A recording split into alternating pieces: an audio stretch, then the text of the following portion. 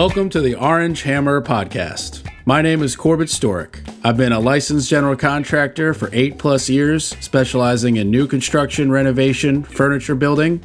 I'm the son of an architect and an interior designer, and I've been surrounded in this industry since birth, watching all aspects from concept, design, build, punch list, and of course, all the problems that come up in between. In my time in Durham, North Carolina, I've noticed a significant gap in knowledge between homeowners who need work and the people who do the work. On this podcast, I hope to break down the process of homeownership from the perspective of both the homeowner and the contractor in an effort to help raise the knowledge of homeowners about their homes and the construction/renovation process. I hope you enjoy. If you're enjoying the Orange Hammer Podcast, or if you have a topic that you want covered, or have recently done a project, please contact the Orange Hammer Podcast. The Orange Hammer Podcast is on Instagram and Facebook. Please like and subscribe, share on whatever platform you're enjoying your podcast on. Also, check out our YouTube channel, The Orange Hammer. The Orange Hammer Podcast is proud to be brought to you by CRS Contracting LLC for all your construction and handyman needs, new buildings to renovations, furniture building, EV charger install, or even a TV mounted. You can call me, Corbett Storick. It'd be my pleasure to help you. You can find me on Instagram at CRS Contracting. WSDG, the Walter Storick Design Group, specialists in architectural and acoustical consulting. Check out WSDG.com. And Taylor Bragg, for all your artistic needs in all mediums. You can find her on Instagram at brag_about_art. That's brag, BRGG, with 2 G's. She's the fantastic artist behind the Orange Hammer logo, and she did my fantastic table painting of my podcasting table.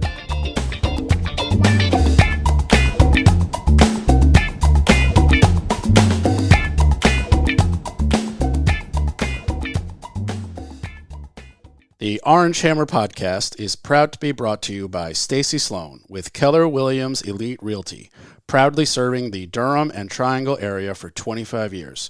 Call Stacy at 919-972-1180.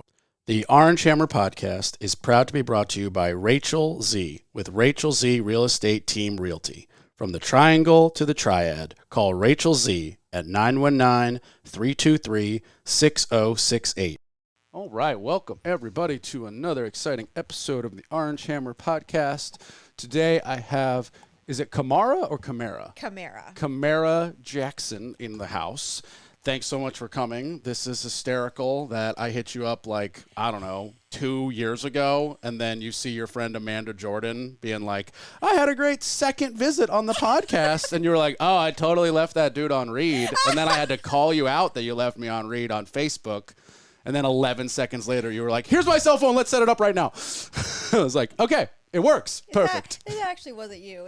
I get distracted. I get busy, and It's okay. Life is busy. Yeah. No, my life is insanely I take busy. no offense at all. I have 20 episodes ahead of you that have to be released 1 week at a time. So Okay. there's no rush. Yeah. Perfect. So you're is your title interior designer? Yes. Okay. Yes. So let's jump just right in. Okay. Interior design is awesome. I think I maybe even mentioned when I first contacted you on Facebook, I was like, my mom's an interior designer. I know this world. I love this world. Let's talk about it. You're not even the first interior designer who's come on the podcast because it's fascinating information, and it really can help the homeowner when they're working on a project. I get a lot of people who call me and they think they're in the ready to build phase, and in reality they're in the design phase, and I'm not a designer, and in fact proud that I'm not going to help you design, because the fact of the matter is, and correct me if I'm wrong, designers have their own style. Obviously it can be adjusted and tailored to your client, but hypothetically, if you specialize in, modern meets Gothic, you are not the person to be hired to design a farmhouse. You should find somebody who's more in that world. And that's not saying you wouldn't have the ability to tailor, because you have to adjust to your client, but it just wouldn't be the smartest fit there are so many other people who could do that. Like you wouldn't hire the tile guy to build the deck or the deck guy to do the tile. There's a specialization. Absolutely. Yeah. When I meet with clients, I interview them just as much as they interview me. Yeah. If they are going for a look that either I just don't like or it's just something I'm not very good at, I don't want to do a disservice to them because this is expensive. So I'd rather refer them to someone that can deliver what they want better than I could. Yeah. Plus, like, how would you ever be able to look at a finished product that you didn't like from the get-go and didn't enjoy the whole process and then have pride putting your name on the end product? You're like, well, I really hate this, but I'm glad I got the paycheck. Like, okay, go work at McDonald's if all you want is a paycheck. Like, that happens a lot with new designers because they're still trying to find their way. okay. And as we evolve, many years ago, I started my trade back in Fort Lauderdale. My look back then was completely different than it is now. Like you would look at some of my old work and wouldn't even recognize. Like, no way Camara did that. So I think new designers coming out, they'll take work just to still find their way. But also, then, they gotta make money. And you gotta make money. Yeah. As I had a job, and I won't name names, but I had a job many years ago. We won't talk about my age. But I worked for a showroom, and I was a designer in the showroom, and my boss overheard me, and he said, "Camara, this is a sales job. If they want something that doesn't look good, you still sell that to them." And that was a little eye-opening for me. It's like, oh, okay. So obviously I went off and started my own business so I could do things my way. But Yeah. Yeah. So how long ago did you break away to start your own thing? After I had my fourth child, I realized I couldn't work for anyone with so many children. I needed to be able to make my own schedule. So Logan was born in 2014. So that's when I started Style by Camara. Did you stop at 4? I stopped at 4. Okay. I fixed that. Just you know, I have 0. Now I have you met my child. He has 4 paws. Yes. Now I have dogs. And Yeah. I've had pigs, and so yeah. Pigs? I had 2 potbelly pigs as pets, indoor pigs. Like Okay. they are the cleanest, smartest animals. Snuggle. Like I've got pictures of them snuggling on me. So these are not food. No, I couldn't eat bacon when I had them. Oh my god. I I feel like I'd be the crazy person who's like eating bacon while cuddling my pig and be like, it's not you, but I like bacon. So my husband used to think it was funny by feeding the pigs bacon. Well, that's cannibalism. I mean, that's messed right? up. I was like, what about turkey bacon? Do that's not okay. do that. Yeah. So mini pigs, just so you know, there's no such thing as a mini pig. Okay. If it's under 300 pounds, that's considered mini. So as my little, very expensive mini pig started to grow into massive hogs looking, they couldn't. I put them in a petting farm. So. Oh, so But you they- kind of like donated them when they got too large to be a house pet. Yeah, I was lied to. I was told Oh. it would stay small. Oh. And not until they okay. just kept growing and growing, and I had 2 growing and growing. It's like, Oh. I know very little about pigs other than apparently the state of Texas has a wild hog infestation, and you can just pop them for fun with no issue because there's just too many of them and they run havoc on the natural Wow. environment. That's pretty much all I know. Okay, well, Yeah. And pork chops are really good. Like that's all I don't really eat bacon anymore because it's just not like good for you. Yeah. But I have no like qualms eating the pig. I eat the cow, I eat the chicken, I eat the pig. me too. Yeah, Me too. they're, I'm back you to know. eating bacon now, by the way. Hey, wouldn't judge you if you were or were not. Yeah, I'm a Yeah. sausage, egg, and cheese instead of bacon, egg, and cheese guy, but that's just who I was, whatever. There you yeah, go. there's probably pork in that sausage. Or never know. all the things. All the Yeah, things. All the Yeah. things. So you said you started design, was it designed by Camara? Style by Camara. Style by Camara in 2014. 14. Mm-hmm. Okay, so you're in your 10-year anniversary. God, yes. Yeah, wow, okay. I feel so old. Yes. But that's congratulations. Thank you. Oh. Thank you. Guess what we have to do no matter what is age. So just like accept it. It's going to have to happen. I can fight it. Yeah, you can fight it. I I can mean, fight- yeah, I'm fight fighting it. it. Nutrition's good, gym is good, whatever, but like it's going to happen. I So, know. yeah. let it happen. This is Let my it last season of kickball. My feet cannot take it and I'm young. So like Yeah. there you go. So what are some big things that you learned with the exception of arguably the biggest thing, which is that you didn't want to do not your style.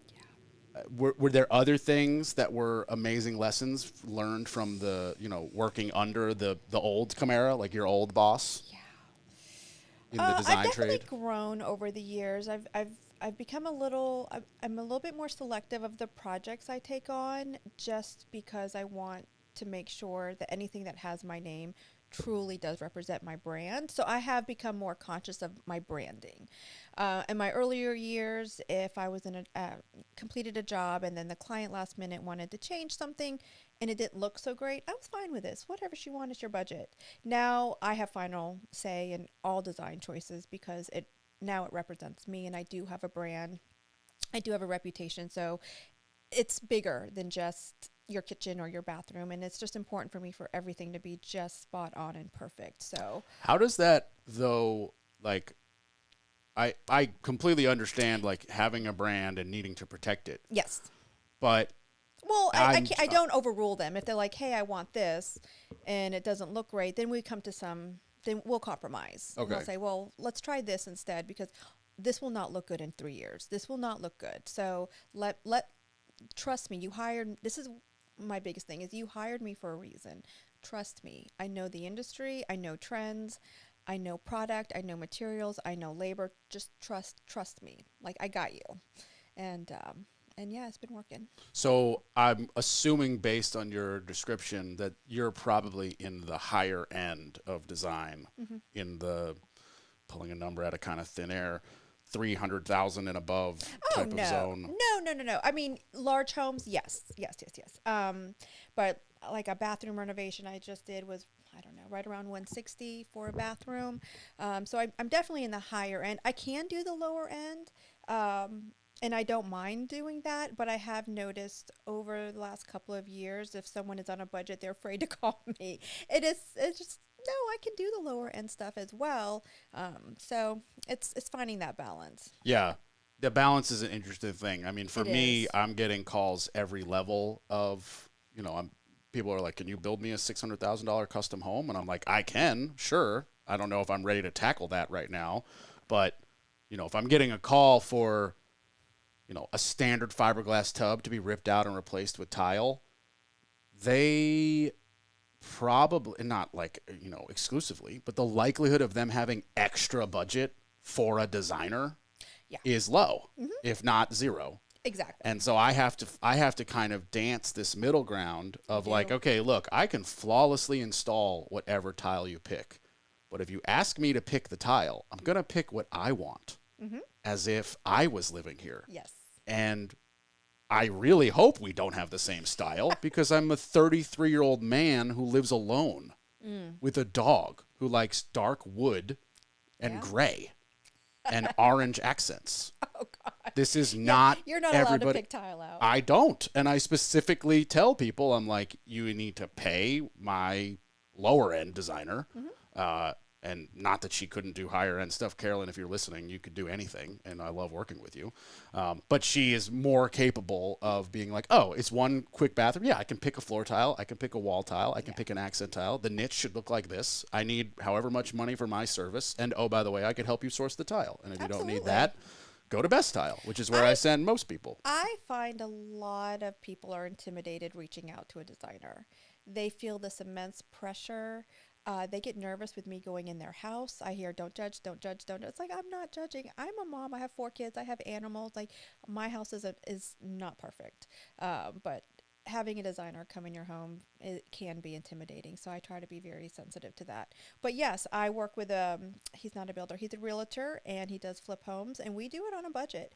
And my goal is to help him make as much money as possible. So Yeah. when I go into an investment property, oh yeah, I'm saving money and we're going to make it look sharp, but for a quarter of the cost. So you gotta play the game. Yeah.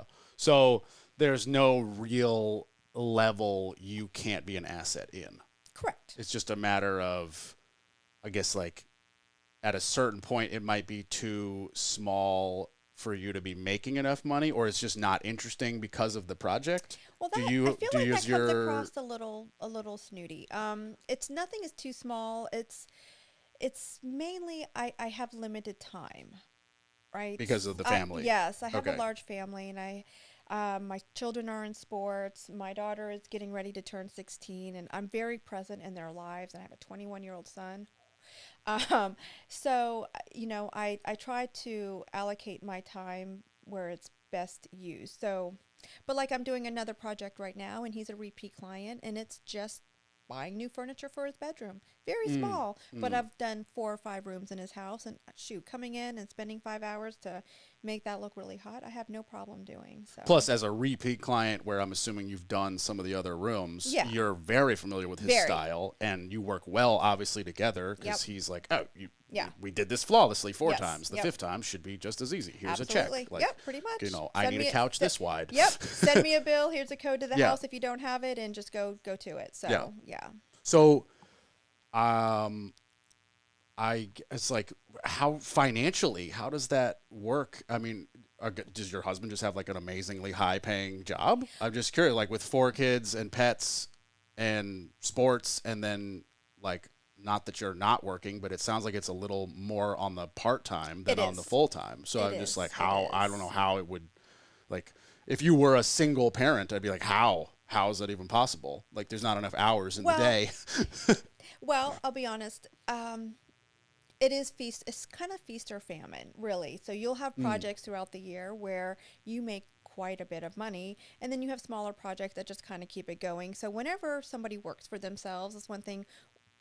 Like I've spoken at high schools, and I do educate up and coming designers, and I try to help with this, but it's feast or famine. So when you're doing well, don't spend all that money. Put it aside because you are going to have slow moments, and it is hard to keep that steady. But yeah, my husband's just like you. He's a general contractor. Oh, nice. He does all the renovations. I have used other people, but he typically is the one that can make something look really hot. You should have brought him. I have this third mic right here. No, I think he'll come on his own. I would love that. Yeah, you guys would get along great. So he does well. Nice. Is he primarily residential? He is residential. Gotcha. Yes, Cool. yes. He works for some other builders. Williams Realty does a lot of their trims, but he does do a lot of renovations. And it's not just my work. He has his own successful company. So Is he your like person though? yeah. Like if you're hired as a designer, are you like, Yes. oh yeah, my design team will do Yes, the I am like I'm picking the tile and I'm doing the install and like I know enough about construction to be dangerous. My dad had a renovation company, so I grew up around it. Okay. So I think that's why my focus is not so much like the accessories and furniture, and people say, "Oh, you're an interior designer." Yes, I can do all of those things, but my specialty is renovations.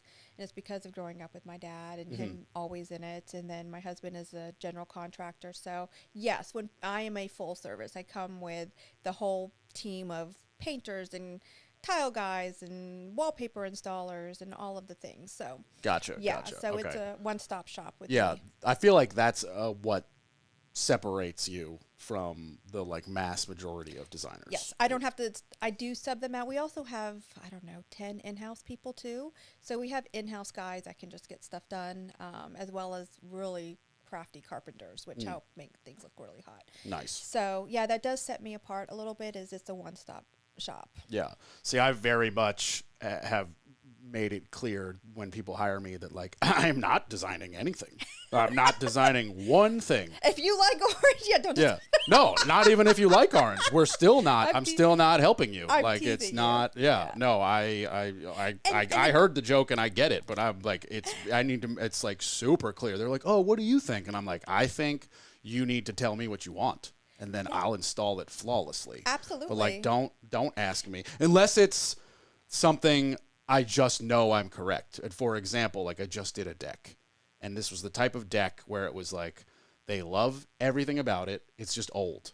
So they're like, just rip the decking off, put Trek down. Yes. And if the frame is good, keep the frame. And I was like, easy, no problem, whatever. So we rip it off. Some frame is rot. We replace some frame, and we rebuild this deck, and it's beautiful. And I love Trek.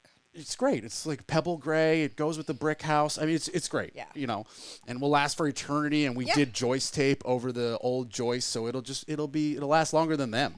And there's a section. There's a side of the deck that is literally one step to the earth. So for those who don't know why I'm pointing that out, you don't need a rail. It's like 32 or 34 inches or something before you need a rail. And that's just like to stop like a baby from falling. Yeah. That's the concept of safety codes. And they had this rail. It was literally 6 feet, 2 4x4 posts, one board on top, no pickets or anything. So you could fall through it. Like it was useless. Wow. And in my head, I was like, I'm going to tell my guys that we're rebuilding it. I'm going to tell them that we're rebuilding it, but I'm going to tell my guys, do it very, very last. Keep putting it off, keep putting it off, keep putting it off. And they're like, why? I'm like, just trust me, keep putting it off. Because it's a terrible idea. You don't need it. It doesn't look good. It didn't look good before. It won't look good after. And finally, the deck is built and done, everything, except for this one section of rail. And I go to like, clean up and whatever. And I'm like, hey, so before we build this rail, and she literally cuts me off and went, yeah, we were out here last night, her and her husband, and we were like, this rail would look really dumb. And I was like, yeah, may I suggest a planter box?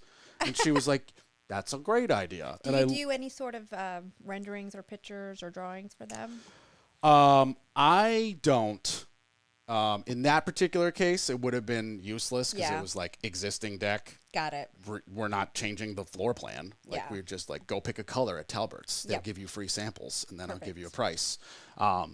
When it comes to a bigger project, like I have 3 people who we're in the middle of not having started the deck yet, but I'll send them to Barbara Toledo, who will make the plans. Yeah. Because I'm like, I need a plan to get you a permit and send to Talbert's to do an exact quantity takeoff so that I know how many pieces of Trek to buy you. Yeah. And people sometimes will get a little frustrated. They're like, well, why can't you do that? And I'm like, that's just not how that works. Like, I interpret your flawless plan. You need to pay somebody to do that. Yeah. There are much larger companies that you can hire who do that in-house, enjoy paying for their overhead. Yeah. I'm not that guy. Yeah. I'm cutting through the industry with the knife I forged myself, and I'm doing it my way.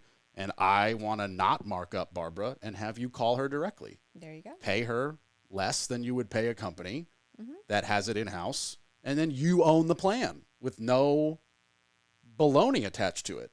I have another client who's using CQC or whatever it is, and they're giving them like so much crap about like, well, we own the plans and like you can't have them, or like if you want to use us, we only provide these 3 types of cabinets and we only use like this kind of tile. And I'm like, that's because they have a wholesale discount from their supplier. That's not in your best interest. Yeah. My best interest is, let's put in the kitchen you want as long as you can afford it, because it's like $250 to install a cabinet, no matter who made the cabinet. I don't care. It screws to the wall the same way. That's like that's what like people in the industry don't want customers to know. It's like, if you hand me a $200 cabinet from Home Depot, or you hand me a $900 triple ply dovetail cabinet from, johncustomcabinet.com, I screw it to the wall and make it level the exact same way. Nothing changed. I don't even put white gloves on. It's like, you just do it. Nothing changed. And guess what? The countertop guy puts the countertop in the same way. A little bit of glue, make it level, shims, do the seam with epoxy. Like nothing. It's the same stuff. It is. You just want to buy level 5 granite instead of level 1. You can pay 47% more, but it comes off the same truck from the same quarry. I mean, you obviously know this. I'm talking more to listeners, but that's something people don't want, they don't want the public to know. You're like, oh, you want high-end cabinets. We need the high-end cabinet installer. No, you don't. No, you don't. Cabinet installer is cabinet installer. He shouldn't be scuffing your cheap cabinets or breaking them. He shouldn't be scuffing your expensive cabinets or breaking them. It's the same thing. I will say from experience, some installers do charge more when you're dealing with a higher-end material because of more liability. I do deal with that quite a bit. A lot, actually. Okay. And so not so much with cabinets, I would say with tile. So when tile for sure. Yeah, when I'm doing something pretty tricky, very expensive material, even if it's something that's imported, there's a lot of wallpaper. I will tell my wallpaper installer what I want her to install, and where'd you get it from? How much is it a yard? Because there's a lot of liability if you mess that up. So they will charge a premium, and I'm okay with paying that. Yeah. Yeah, because I'm also paying for the skill that that installer has. So I don't mind paying a premium for a higher level skill. I can agree with a lot of what you said. So wallpaper, if anybody asks me, I'm not interested. I don't do it. I don't have the person for it. I think it's ugly, personally. You as a designer probably love certain wallpapers, but that can be another conversation. Find another contractor. When it comes to tile, though, I completely agree, especially based on the pattern. Because, like, if we're my laying... tile guy cusses my name. I want to say, Craig, I love you. Shout out to Craig. Yeah, I mean, he must say my name in all kinds of ways several times a year. Like, what? She meant to say, what the fuck? Just for those who think we have to cue it out. Or, yeah. Yes. Fuck, fuckity, fuck, Yes. fuck. This is my podcast. We can say whatever we want. Craig, you're an asshole. No, I'm just kidding. I don't even know you. It sounds like He's you're like, great. Camara, do you really want it like this? I'm like, yes. Ah, fuck, that's going to be... My tile guy will ask me, he'll be like, are we doing a mosaic? Are we putting in a fancy thing? Are we doing a color? Because that does change the price. It changes compared everything. to, you know, we need to lay 12 by 24 in a standard off seam, you know, okay, that's pretty like standard. Or And- this tile is huge for, you know, Yeah. whatever size, and it takes 4 men to carry it up yeah. the stairs. Well, so, I need to go hire 2 more men now. That's going to cost, and it's going to take an extra 2 or 3 days. We're getting a and, visit from you the know, studio dog here. So, Yeah, so there are clearly exceptions to the rule, obviously. yeah.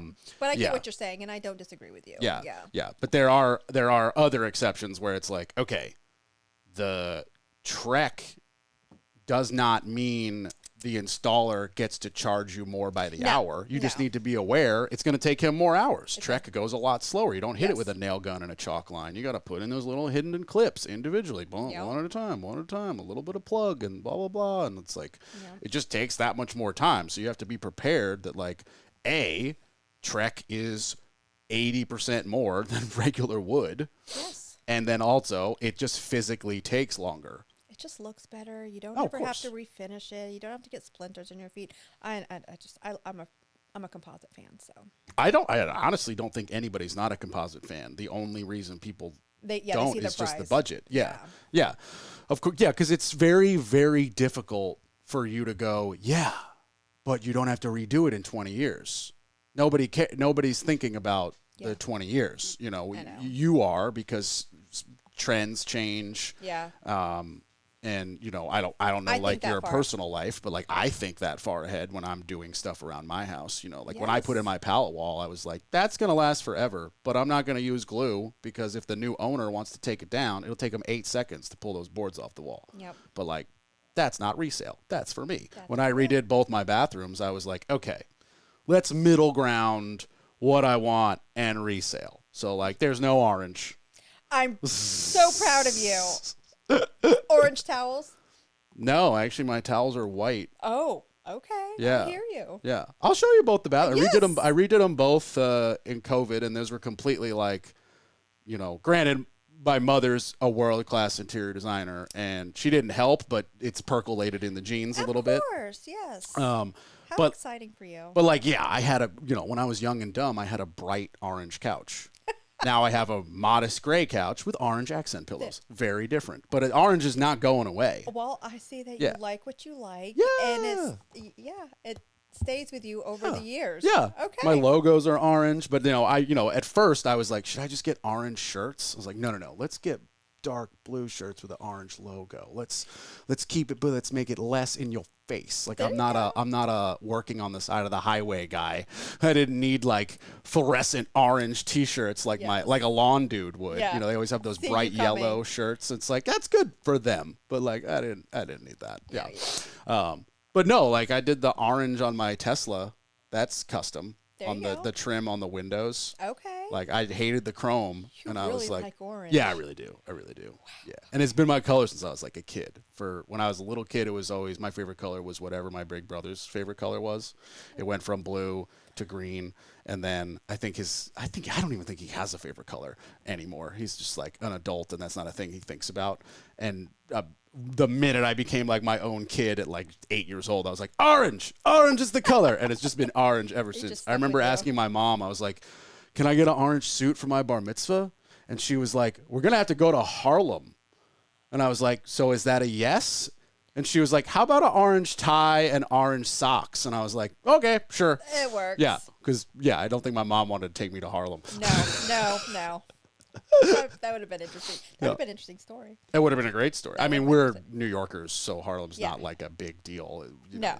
In broad daylight, I'm not very worried. But it would have been a good story. Yeah, instead, R.I.P. Grandma and Grandpa, they bought me a suit at, Brooks Brothers or whatever for my bar mitzvah. And my mom was like, we'll get you some orange socks and an orange tie and an orange pocket square. And I was like, okay, cool, perfect. Cool. But, yeah, I mean, when I redid my bathrooms, I did white tile floor, biggest mistake I've ever done. And I did gray shower tile walls, still in love with them. I kept my brown wood vanities because I, at the time, didn't really trust my ability to sand and repaint them.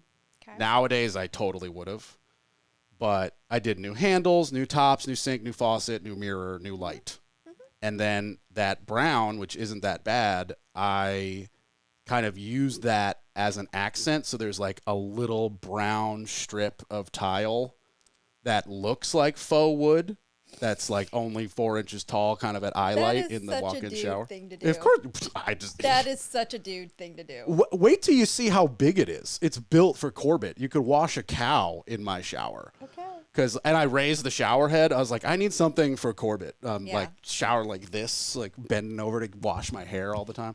Yeah. And like put in a bench and a second shower head and a second controller. So it's like 2 different temperatures. So like my girlfriend can have her super hot shower and I can have my regular shower that doesn't burn myself. And I put in a niche. Why is that? We women, we do like our hot showers and our hot baths. Yeah. I mean, there's definitely a genetic thing that I'm not smart enough to know. Yeah. But it is a legitimate thing. Like, it's not a one-off for guys liking it room temp, and it's not a one-off for ladies liking it hot. Like, I'll feel her shower, and I'll be like, this is uncomfortable.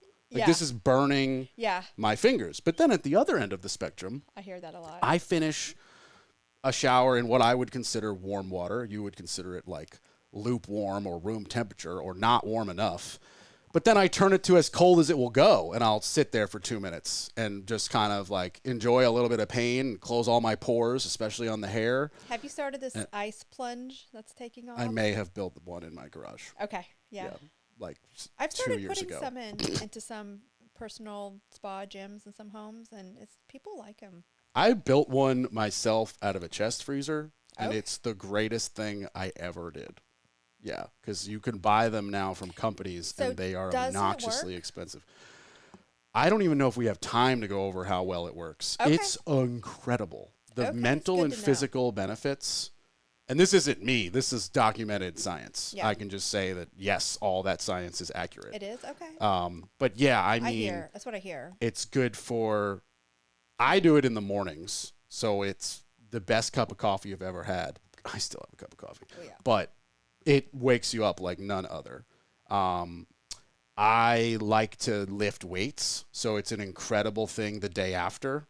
Like if you do a weight day Monday and then the plunge Tuesday morning, because I'll wake up Tuesday like this morning and be like, oh, God, everything's like tight. Yeah. And you get in that plunge and it's like, no more. It's gone immediately.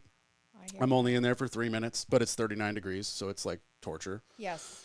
And it's kind of like a mental reset because I'm not looking at anything. I'm not listening to music. It's just like me and my breathing and waiting for this buzzer to go off. This little 3 minute boop. I'm waiting just like, I'm always, every day I'm in there like, did the clock break? Has it been 10 minutes? It never breaks. It's just a really long 3 minutes. Cryotherapy once, and I had to put on like special shoes and mitts, and this guy blasted, I'm a rock girl. I don't look like a rock girl, but I'm really a very heavy rock girl. And so I had him blast some heavy music and to get me through the 3 minutes of one of these cryotherapy sessions. And whew, I mean, it was a thing. It was a thing. Yeah. I've had friends do it. Nobody can do it. Wonderful for athletes. It's incredible. For athletes. Yeah. Oh, yeah.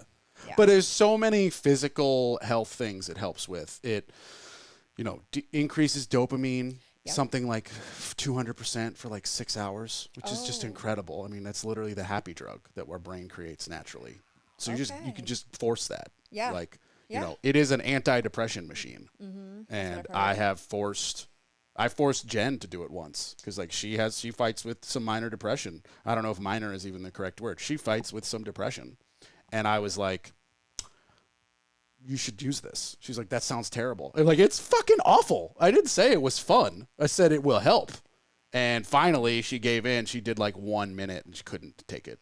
And my friend Brandon quit after a minute and a half. My friend Alex quit after, actually, I think he did the 3 minutes, but he literally sobbed and screamed. He recorded himself and he like started sobbing and then started cursing his former employer who just recently fired him. He was like, you fucking bitch, you shouldn't have fired me, blah, blah. It was just coming out of it. It was like therapy. Yeah. So it's like really, really hard. Okay. But, you know, to quote, who is it? Joe Rogan. If that's the hardest thing you did and you did that first thing in the morning, your day's not that hard.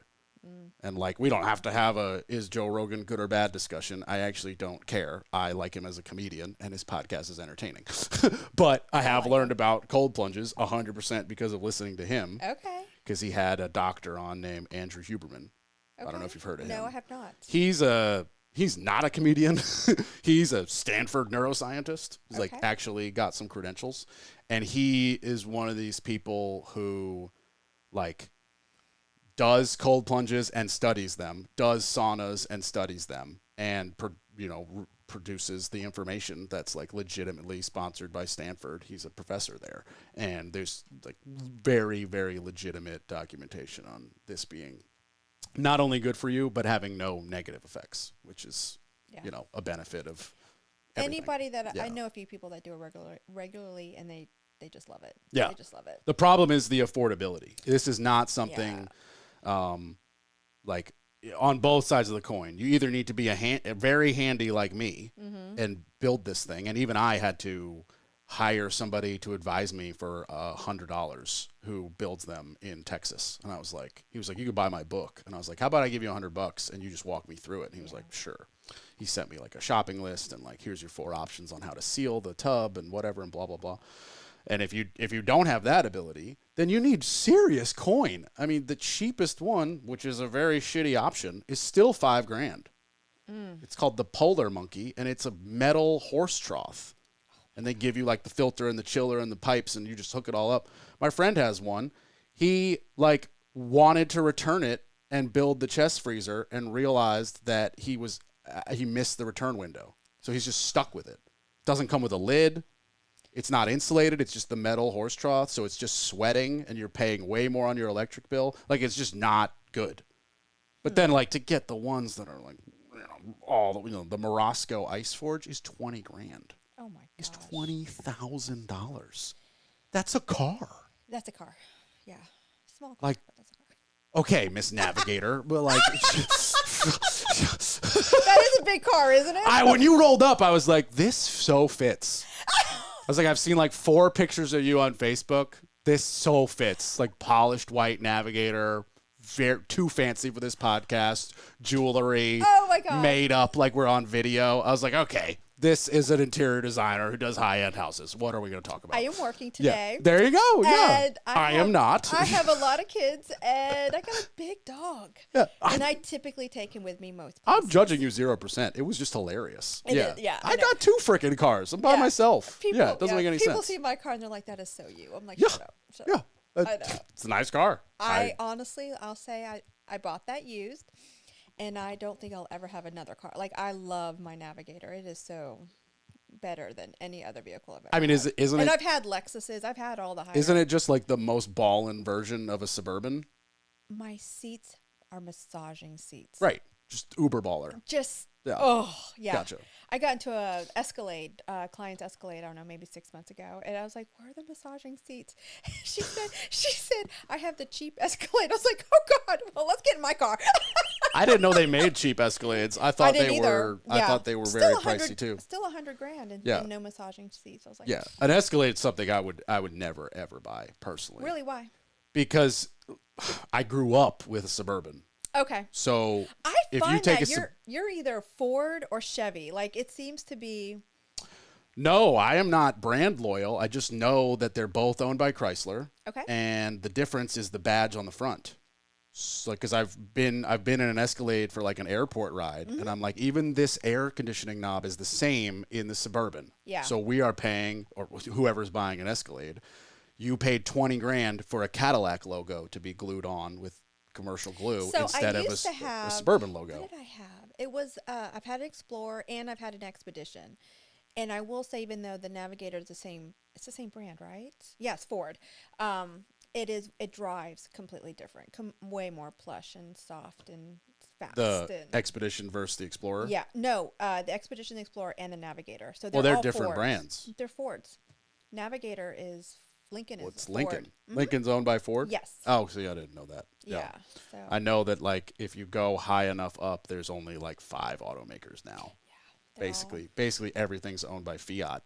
Oh, which is super shocking. Yeah, like Lamborghini's owned by Fiat, Audi's owned by Fiat, Volkswagen's owned by Audi, which means they're owned by I'm pretty sure Fiat bought Chrysler. Like Fiat just owns everything. Holy shit! Yeah. No It's idea. like it's the same thing with I'm blanking on the name, but it's the same thing with the eyeglass company. There's like one company who owns everything. Oh my god. They own like Arnett, Warby Parker, Sunglass Hut, like and it's like one European brand that just owns everything. Oh my god. Yeah. There's just a moment where you get so big that you just start buying your competition. Yeah. Like, oh, we have to outbid them, or we could just give them $12 million and just let them keep working and own their stuff. And then we set their prices. Yeah. Goals. Oh, yeah. Hopefully one day. Yeah. I'm trying to build like one house, and that's different goals. Yeah. It's hard to find property to build. That part I got down. Now I got to qualify for the loan. Oh, yeah. Yeah, I bought the property in cash. Bought 11 acres right outside Hillsboro. Nice. Undeveloped. I ran the power. I dug a well. Oh, I love it. I'm just waiting. That's my for goal the loan. next. I want to live out in the middle of nowhere. Yeah. This fell out of the sky, though. You literally. are so lucky. I am, and I acknowledge it. Like if I don't, meet this guy Johnny, who I really hate now, and he introduces me to my like best friend now, Jeremy, and then he, I trust him to make custom air conditioning cages for a couple of houses that we bought and gutted and renovated, and they're in not desirable areas, so we built custom cages to protect the AC unit from like copper thieves. It's a real thing, we're on a lower income level than the houses you're designing. Stop it. Let's be clear, especially 9 years ago. Yeah. But like if that all doesn't happen, there's a lot of money to be made in that market. Oh, there's money to be made in every market. There's no market that's not financially viable. You just have to figure it out. You do. Yeah. Yes. I make money mounting TVs. I make money building decks. I make money doing bathroom models. I make money doing $300,000 home extensions. I know several millionaires who have made their money from running, what do you call that? Not trailer parks, but the right word for that. But they... Is it not a trailer park? It is a trailer park, but I think that's not the correct term to use. Mobile homes. They're fucking trailer parks. What are you talking? What? I know. Hey, I'm not allowed This to say... This is not a special needs human. This is a trailer park. I can't say master... They have no emotions. I can't say master bedroom anymore. I have to say primary bedroom. There's... What? Oh, yes. Realtors, if they list or say master, you're not allowed to say master. You have to say primary. And when I'm out meeting people, and if I don't use the right terminology that's sensitive, then I get the look. So I work for myself, so I don't have anyone to answer to. Wow. But I do know a lot of people, and I do believe the Realtor Association, if you list something and use the word master bathroom or master bedroom, you'll get in trouble. You have to use primary. Well, I am 98% done with the plans on my dream house, and it says master bedroom, and I'm not changing it. Yeah. Because guess what? That's my house. I'm the master of it, and that's where I'm going to sleep. Yeah. There's no slave quarters on my house. So if someone's got a problem with that labeling, text me. And if you don't have my number, go to hell. Yeah, there you go. Yeah. You don't know me well enough to text me that it bothers you. That's weird. Hilarious. It's gotten weird. That's hilarious. Yeah. The PC culture is very interesting today. It's scary. You can't say much without offending somebody. Yeah. Is that something you worry about as a mom? How old are your kids? What's the range? So I'm I go against the grain on a lot of things, and I've gotten very comfortable with that. I don't try to fit in anymore. Well, actually, we have my husband and I have five because he has a 19. So they're older. He has a 19-year-old daughter. We have a 21-year-old. Well, 20. I have a 21-year-old and a 15 from my first marriage. He has a 19-year-old from his first marriage, and together we have they're Irish twins. Get this, 1 year apart. 9 and 10, they'll be 10 and 11 soon. 1 year and 3 days apart. Isn't that the definition? Yes. Oh, you're looking at me like it's, can you you said imagine Irish having twins. kids like that close together? That was No, see, when you say, can you imagine having kids, you should have just stopped right there. And the answer is, hell no, Hell. I'm not doing that. Yes. Yeah. I've made arrangements. As There you will may- be no kids. Yeah. Yeah. Yes. Not yes. occurring. Yes. Yeah. Yes. We fixed that. I can't have any more. But raising them in this new culture, I'm doing very well with. They just need to be themselves and teaching them that yeah, it's okay to go against the grain. You don't have to buy everything they're selling you right now. Yeah. Well, they're trying to sell a lot. They really are, Yeah. and it's very difficult to Yeah. keep my mouth shut. On I a have lot a of I have a things. buddy. I don't want to mention any names just in case it would bother him, but I have a buddy who, he's ex-military.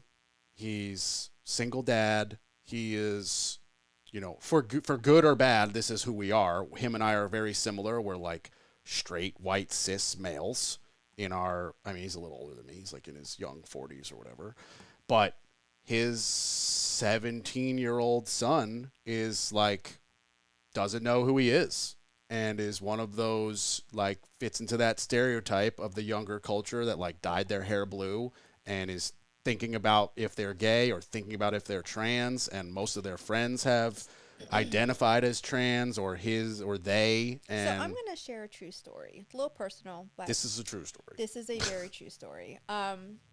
I feel like a lot of that comes from social media and TikToks and all of the things. I agree They completely. just pump this to where they are making that seem like that's the new norm. It's like a trending It is thing. very, and why I can say that with confidence is because my daughter went through a stage where she thought she was a lesbian, and that was, I mean, if that's where you are, that's fine. I love you no matter what. But when I took her TikTok away and took her social media away, she was in a bad place. I didn't put the two and two together at the time. I thought it was just, teenage angst, whatever. Take all that social media away. I mean, she's straight A student now. She wasn't then. All honors classes, thriving. And when we talk about it, she's like, Mom, when you are on these social media platforms, it's like the algorithm just pushes this dark stuff. And it's all this transgender, sexual identity. Do you really know what you are? And yeah, it was tough. But now she's fine. But I do feel like a lot of our youth are victims of that. Yeah, it's eye-opening as I'm not even, quote, one of the youth. And I can acknowledge how it's not good and it affects me. Because so for me, let's be honest, I am fortunate that I don't struggle with an internal identity crisis. Yeah. It would be awful. I don't really know how to relate to that, but I would imagine no matter what level, whether it's 2% or 98%, it sucks to have some internal conflict about who you are. That's awful. I see these young kids struggling, and it makes my heart break. It's just so sad. It's very sad, but there's a level of, I guess, like sympathy that I don't have because of what you've mentioned, where I'm like, is this really like, are we just is society just now so amazing that all of these people can say that they're struggling, or is there an external force that's making them think they're struggling? And for better or for worse, I don't know if I'm right or wrong, but I lean towards the society didn't get so good overnight that now all of a sudden every 17-year-old feels free to say this. I think it's a trending thing, like a fashion statement. Yeah. And, for the person that it's not trending and they really needed to transition, they probably think I'm a really asshole bigot. And I'm not. I just don't know what it's like to be in your shoes. And I have plenty of friends who they are in those shoes and they're still friends and we have so conversations. much It's not like, pressure. yeah, it's not like I don't, acknowledge trans people or whatever. That's like the stupidest thing ever. People are people. None of that really matters. But it is a very interesting dynamic to see on social media. And for me, especially, like I hired a social media guy to do all of my work stuff because I was like, I need to get off this myself. Yeah. And it didn't work. I thought that I would hire him and I could just like delete these apps. Didn't work at all. I still doom scroll. Who doesn't go to the bathroom with their phone now? Every single person. Yeah. Every single person. Tell me you don't. You're just lying. It's like addicting. It's just a lie. So you're doom scrolling. I literally grabbed my girlfriend's phone twice during a movie we were watching like 2 nights ago. And I just gently took it out of her hand and put it next to her because we decided to watch this like really intense drama. And I was like, this isn't Family Guy. Like, we watch stupid shows and we both sit there and doom scroll. And then we realize we're doing it and we put it down. I was like, no. We are watching The Iron Claw. This is like an insane Good biopic movie. drama. Great movie. But I was like, you're not about to look at your phone because they're having a scene over dinner. Like, watch the scene. And she was like, "Whoa, did you want to hold my hand?" I was like, "No, I just wanted you to watch the movie." Yeah. You know. And then I caught myself though. 20 minutes later, I picked up my phone, I opened my Instagram, and this was one of the few times where I was like, "Oh wait, stop, put this down." Yeah. But I couldn't help reach for it. It's like a craving, like sugar or whatever. Yeah. It's a craving, and I mean, my kids call me out on it all the time. Half the time I am working, but a lot of time I am just doing what you're saying, doom scrolling. And Mom, can you be more present? And I'm really focusing on nothing anyone is saying right now is that important. My phone can go down. Yeah. But and I feel like it's also creating adult ADHD. We're so used to constant stimulation that when we don't have it, we start to feel anxious. For me, it's in the car. Yes. Because I'll be like stuck in traffic. The car drives itself. Well, I mean, I got a Tesla. It drives itself, so you could just sit there and do whatever you want. It drives itself, and I'll be like, normally you just enjoy the view, pay attention, check your mirrors, and I'm like, I could just scroll through Facebook real quick and check my email and check my Instagram and see what's on Reddit and check my Snapchat and then check my email. Wait, I already did that. Oh, what's the Yankee score? It's like you run through the same 12 apps, and then you run through them again, forgetting that you just did them. And it's like, what are you doing? Yes. Just stop. Just stop. Like, it's so crazy. My daughter, the 15-year-old, doesn't have social media, and she doesn't want it. And she's like, I see what it's doing to the... She'll probably be more well-adjadjusted than every She's other so human. well-adjusted at her age, and I think it's because I took that social media away when she was 12. I'm not apt to letting any of my children have it after seeing how it's done her well. There was no data when my parents didn't have like an option of like take it away or not take it away. There was no data. And like I was the last person I knew on it because everybody had a MySpace. I just didn't have one. I skipped it entirely. Yeah. And then my brother was like, hey, because he's 4 years older and he was on college campuses and that's where Facebook started. He was like, there's this new, better MySpace that's Facebook. And I was like, oh, cool. And he's like, the minute you get your college, like @edu college email address, that allows you to get a Facebook. And I was like, okay, cool. And then that changed where everybody could get a Facebook. This was in 10th grade. And then halfway through 11th grade, I got thrown out of my high school. And I made a Facebook just to keep up with all of the friends who turned out to not be friends at all. They were just people I went to high school with, and they bought weed from me. So I thought they were my friends, and they weren't my friends at all. I was the dude they bought weed from. Yep. And so that's why I made Facebook, and I've had it ever since. And then, of course, you make an Instagram because you make a Facebook. And now I have run a company by myself, so I have to have all of this because that's literally how we advertise. Which is why I hired Trayvon. Shout out to Trayvon. He's amazing. I send him pictures, and he does everything else. Yep. But that removed like 6% of what I was doing on Facebook. The other 94% was the non-company profile on both Facebook. I have 3 Facebooks and 3 Instagrams. There's a podcast, a personal, and a company. I can't keep up with all that. So I'm like in the app constantly switching back and forth. And like every Thursday I do the post for the podcast and like, and it didn't help at all. And for me, I don't see anything that's like making me question my trans or sexuality or whatever. But what I do see is like a constant just array of not real Instagram, what I call thoughts, which stands for that hoe over there. Just like some 19-year-old in a bikini who used like airbrush and lighting to look the way that she looks. And I will for an eighth of a second be like, why am I not with this Instagram model? And then I'll be like, because you're an idiot and you have a stunning girlfriend. Yeah. Doesn't push that your way? Oh, I'm so shocked that your algorithm's not the same as mine. I don't get hot girls in bikinis.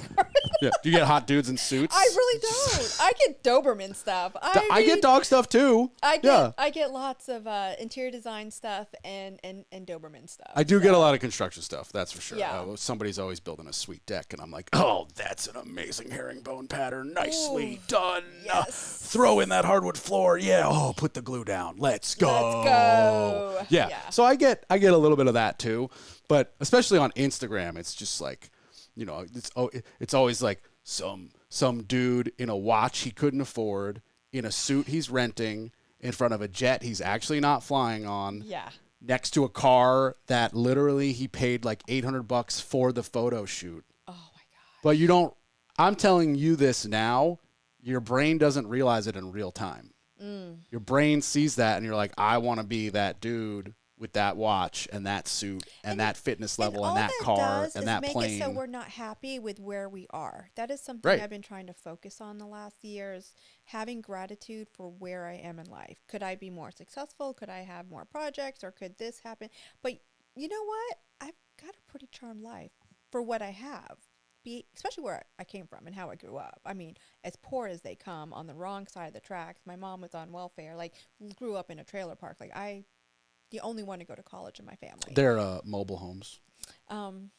Yes, mobile homes. Sorry, had to call you out for the full callback. It's true. Yeah. Damn it, I call them Camara. trailer parks. Yeah. Trailer Park Boys is a great show. They're trailer parks. Sorry. That's where I grew up. Yeah. So. Was it in Canada too? No, it was California. Wait, California has trailer parks? Yes. That's a legitimate surprise to me. Yes. I did not know that. So we lived in a town called Lemoore, which is right outside of, Hanford and Lemoore. My mom's sister was in the Navy, and there's a Navy Air Force base out there. Or not Air Force, I'm sorry, Navy base out there, and moved off the base and moved into a trailer. But yes. This isn't like the base in San Diego. No, it's north of San Diego. Okay. Yeah, it's called the San Joaquin Valley. But I love. I know the San Joaquin Valley. I love living in California. We could go north and go to the Redwoods and Monterey Bay, and it's just beautiful country. And then go south to San Diego and San Jose. It's just beautiful. I'm a big fan. Used to be a beautiful state. I lived in Santa Cruz for 2 years. Yes. Yeah. Drove over the hill a lot to go to the San Jose airport. Yes. Shark Tank, In-N-Out Burger. Amazing. Yeah. I do miss In-N-Out Burger, I won't lie. Okay. Yeah. People here are like, it's just a burger. And I'm like, yeah, okay, sure, it's just a burger. But it's a really good burger. You know what I kind of miss from Florida? Checkers. Have you ever had a Checkers fry? I don't think I've actually ever been to a Checkers. Oh my God. Isn't that the one that's like in the north it's Carl's Jr. and in the south it's Checkers? But they're the same? I don't know. In Florida, they had them everywhere. They're like McDonald's tiers, and Checkers had the best fries and the best burgers. I feel like I saw Checkers when I was with my grandparents because they lived in Florida, and my mom and dad would they would fly me down solo on the like accompanied minor program, and my grandparents would be waiting in the airport, and they'd be like, go spend spring break in Florida and come back with a suitcase full of clothes for the school year. Standard grandparent activity. Perfect. Mini golf, clothes shopping, fatten me up with French toast or whatever. But of course, like, they're not stopping at Checkers.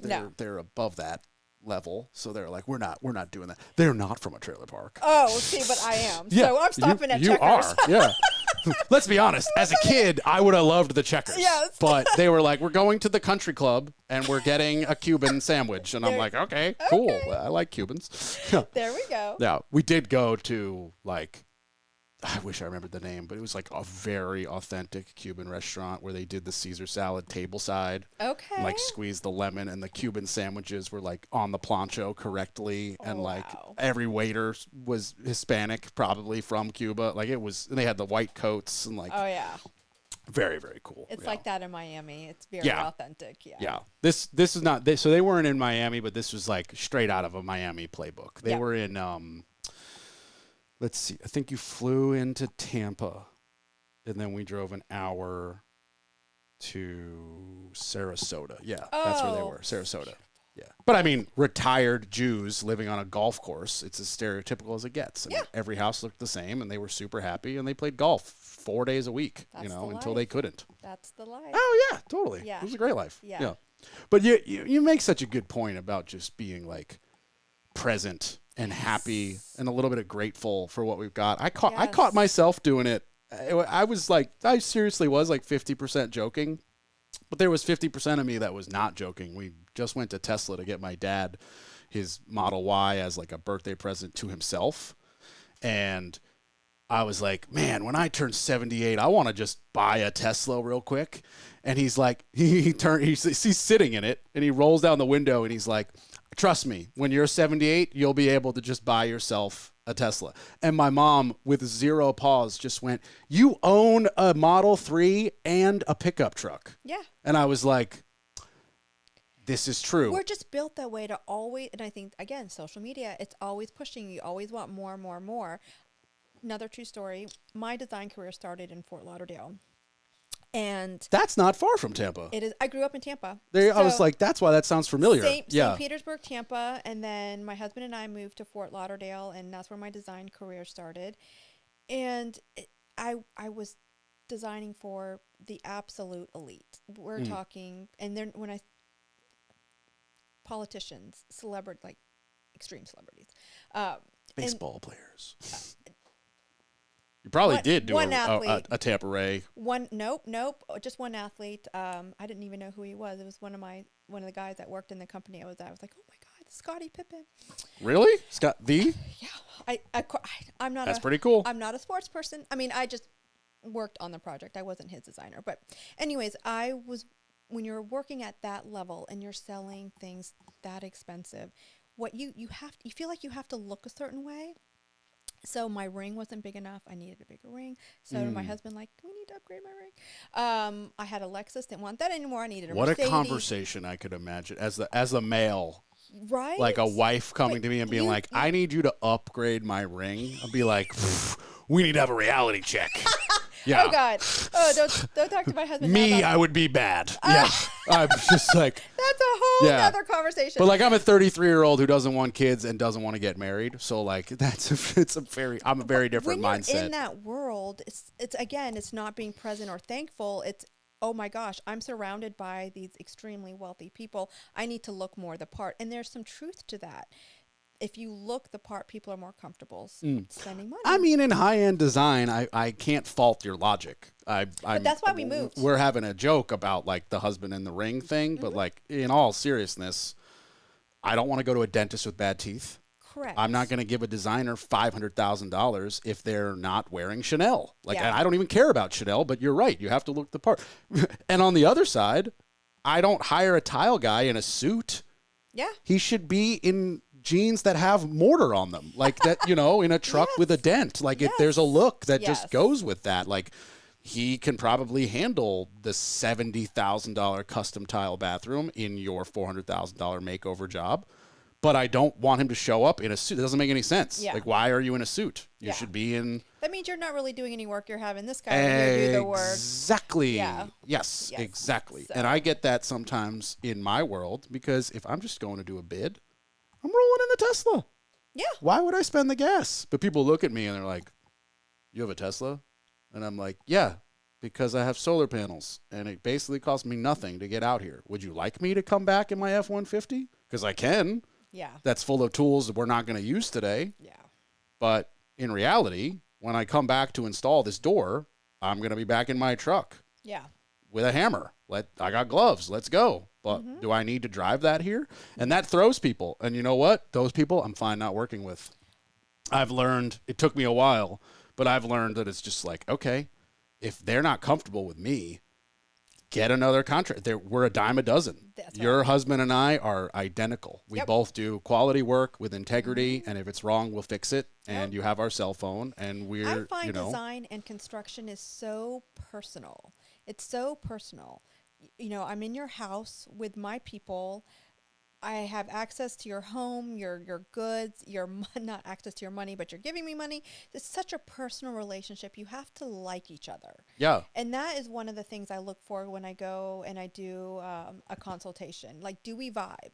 Because you don't know yet, but it's getting ready to get real. Like, do you do free meeting, the first meeting? Not typically. Sometimes I do if it's a referral, if it's a repeat client. But I have started to, and I have over the last year for my time to go out. Yeah, because they'll pick your brain and want to know paint color, and you can't just sit there and say, Yeah. "Well, I can't give that to you." You know, when I'm in your home, you have access, and you're going to ask me questions, and I'm not a confrontational person, so I won't say, "You're not paying me for that." So I've started to charge consultation fees. Yeah, for me, it's $100 to come out. It's just flat, And and it's like that $100 gets you a lot. It doesn't seem like it because it's a daunting project, but that gets me out there. That gets me to take pictures. Yeah. That gets me to take measurements. I'll make a sketch if I have to, and then if you need a designer, I'm going to give you somebody for free. If you need a draftsperson, I'm going to give you somebody for free. You contact them directly. Yeah. And if we don't need any of those people, I'm going to go home with the info I gathered, and I'm going to call 5 subs, get real numbers. And when I text you, this costs $11,564, it's not going up. Like that's like a real number. It's No, like you you paid should- $100 for a charge, real yeah. bid. I get a lot of people upset at that. You know what? Our time is valuable. I agree. That is our commodity that we will never get back. I also think So- it's a very easy way to determine who's serious. Absolutely, because people will shop you around. Yeah, and I want to be shopped around. Keep me honest. I'm actually okay with that. Yeah. But what I'm not okay with is you want me to come out and give you a very detailed estimate, and you were never going to do it. Yeah, Like, no. they just No. want a number to You just compare. you were bored one day and you were like, you know, it'd be interesting. Let's redo the bathroom. Oh, let's get somebody out here to tell us how much it would cost. Or over the phone, approximately how much does it cost to build a garage? How big? Yeah. What are we doing it out of? What kind of siding? Oh, I'm not really sure. Like, what's the standard price? No. Like, I don't. That's not a thing. People run you ragged if you let them. I'm like, that's not a thing. I was like, first of all, I need plans. That's how I price it. They're like, well, I don't really have plans. I'm like, then you need plans. I was like, would you like Barbara's number? If you want me to come out, it's $100. Yeah. And I'll take that $100 off at the end. So it becomes a free estimate. But if you like get me to give you estimates and then you want to go with the other person who's $500 cheaper, you know, there 500 is a bad example because that could just be I want a little bit more markup for my time. But let's say it's $3,000. Let's just make it up, right? Let's say the whole project's $15,000 and you find somebody to do it for 12. And then you call me and go, well, I want you to do it for 12. And be like, well, 1, no. 2, I don't know who you're talking to. Maybe he didn't realize that this giant beam needs to be overpriced LVLs instead of just 2x12s. Maybe I saw something on the plan he didn't see.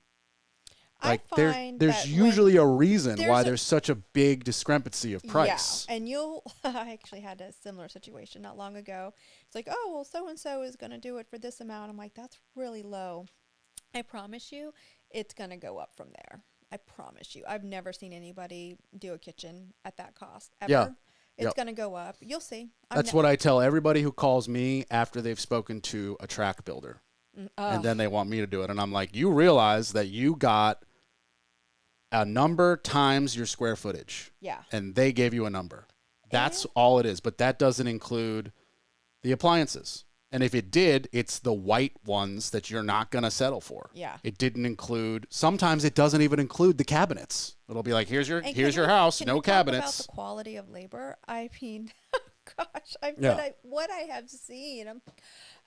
Or it's all level 1 builder grade. And you Yeah. and I both know at the end of the day, that's not going to make you happy. You don't want Formica countertops. No. You want stone. You don't Yeah. want 1/2-inch plywood. You want 3/4-inch plywood with dovetails in your cabinets. You don't want a single knob that's 99 cents. You want a $4 handle that's 8 inches long. And you want stainless steel appliances and whatever. $4 handle? Well, I'm just throwing up numbers like compared to the 99-cent I'm knob. You. Yeah. I'm teasing you. But again, it's like I know. but even still, if it was $4 a handle times 60 handles for 3 bathroom vanities and a whole kitchen, Yeah. that's $1,000. That's discrepancy, and that builder's not going to eat it. They're going to tell you your budget's for knobs. If you want anything more, you're paying. It's a change order. Oh yeah. And so it's like that is specific. I have had 3 opportunities to become a track builder, and I've specifically said no. I'm just not interested in that kind of deception. If you want to hire me, we're going to go through down to the toilet paper holder. Yeah. What are we putting in? Is it super fancy? Do we need blocking? What are we doing? Because I'm quality control. Yes. And it's my name on the license, and all these subs report to me. I was very frustrated building our house. Your own house. Very, very fucking frustrated. Like, you've got to be fucking kidding me. Was this here? It's in Wake Forest. Like, what? This is not custom high-end cabinetry. This shit came out of Home fucking Depot. What are you kidding me? Half the cabinets are soft close, the other half are not. But didn't you source them as a designer? I wasn't allowed. Oh, I built, could you elaborate? Yes, these builders, they don't allow you to do that. I had to fight them to not put in a backsplash. They're crappy backs. Just leave the wall. Let me do my own backsplash. But no, I wasn't allowed to use any of my own materials. I had to spend an obscene amount of money with them for their, subpar materials, or just change it out when we moved in. It was I'm like, do you realize I'm a designer? Like, this is what I do. I do kitchens and bathrooms mainly, but this is hard for me. And it's like, okay. I wouldn't have accepted that. I wouldn't have been able to. I didn't have a choice. Yeah. Like, and this is because you hired like a track builder company to build from the ground up? Looking back, I wanted to get into a neighborhood. Why didn't your husband build the house? Well, we couldn't find land where we wanted to be so they could go to their schools. Okay. So we were, fair. Yeah, we were stuck building with a track builder. I mean, they're higher end, more custom homes, but at the end of the day, they're still track builders. And we were, but as they're getting older, that is something that the goal is to move a little bit. I want mini cows. I want to be out. I want a horse. I'm an animal person. I don't mind. My sister-in-law has a cow and a horse. Yes, I mean, I'm an animal person. You so I want to be would adore Emma. Y'all have the same style as people and moms. Her kids are just younger, but like I pulled my kids out of school to drive 2 hours to go pet some mini horses and brush their hair. That was our field day. You'll have to get it approved, most likely by me, but you should follow her on Instagram. Okay. Because it's literally just, here's a picture of my adorable child. Here's a picture of one of my adorable 40 animals. Yes, that's They me. have like chickens, ducks, a cow, a horse, donkeys, pigs, goats, cats, a pug. Oh my gosh. It's insane. It's insane. And their like infrastructure is amazing. They have like, gorgeous fences and 100-year-old barns, and then I built them a new barn to match, and like that's the way to do it. Oh yeah. And they just got so much of their house redone because they had an amazing luck out with like insurance for their roof, and my brother was like, well, I can get the roof fixed for less than that, and then they got like decks replaced and the house painted and all this stuff, and I was like, let's go. Yeah. So their spot is just like perfect. They're one guest house building away from it being forever flawless. I look like a city girl, but I'm definitely more of a country girl. So I mean, here you can easily go one way or the other. Mm-hmm. If I saw you right now walking down, anywhere in Manhattan, I'd be like, she lives on Madison Avenue. Yeah, that's definitely, except for the Navigator. Because where would you park that? You can't park. You can't park that. No, you can't park that. Unless you live in a building with a garage. Yeah, there you go. It'd be more realistic if you had like a door, like a driver and a Lincoln Town car, like a blacked out tinted Lincoln Town car. I'm not opposed to and that. a driver named Raul, who just like, I'm not Raul, opposed. 47th and 6th, let's go. Oh, yes, ma'am. Yeah, just like perfect. I want Raul to take me across the way where there's country too. Yeah, well, Raul's your driver, so when you want to roll up to Westchester and pet a cow, that's easy. Yes, yeah, I'm from New York. And like, you could do that. Sure, go over to New Jersey. It smells like shit anyway. Yeah, just pretend it's a cow and not sewage. That is the thing. I don't know. Well, I don't know if you get the algorithm of mini cows, but for a hot moment, my feed was full of mini cows. And then I started reposting and I was obsessed. And I saw how people were having mini cows as indoor pets. So, of course, I had to do my research. And then I went to the farm where they have the mini cows, and I learned something just like I learned from the pigs. There's no such thing as a mini cow. It's all a lie. Like these mini cows are really Highland cows with long hair that are babies. They Right. grow up to be big cows. I think this started with Arnold Schwarzenegger. And they all poop. They still poop. They've got poop hanging out of their butts. Yeah, So everything poops. Welcome to being a mammal. Yeah, I'm sure you poop too. I'm Yeah. like, well, I don't You're know. like, I never poop. I am a lady. I'm a lady. I don't. God, we don't even have butts. I don't Yeah. I don't do that. Yeah. And the first lie has been told on the Orange Hammer podcast, and we're an hour and 14 minutes in. There you go. It There took you go. 109 episodes. There There you go. Lie number one. There you go. I think it started with Arnold Schwarzenegger because the minute the pandemic hit, he posted a video of him washing his hands and then sitting down and feeding carrots to his interior donkey and his interior little cow. Oh my gosh. And I have no proof, but I think that's where the craze came from, where they were like, oh my God, Arnold Schwarzenegger's so cool, and he's just chilling at home with his cow, making I sure would love that. nobody spreads the disease. I want a cow. And I'm, obviously people had cows before, Yeah. and some people have cows and don't even know who Arnold Schwarzenegger is and didn't see this video, but Yeah. I think that's a big responsibility. It's a new craze, that's for sure. Zero interest Yeah. for me, personally. 20 grand those cows Yeah. go for. I want a cow, but I want to eat it. Yeah, oh. So we're Well, different I people. would tell you do you know Queen Elizabeth would only eat Highland cows? I know nothing about the I royal learned a family lot, because yeah. I'm an American. I know nothing. I know nothing as well.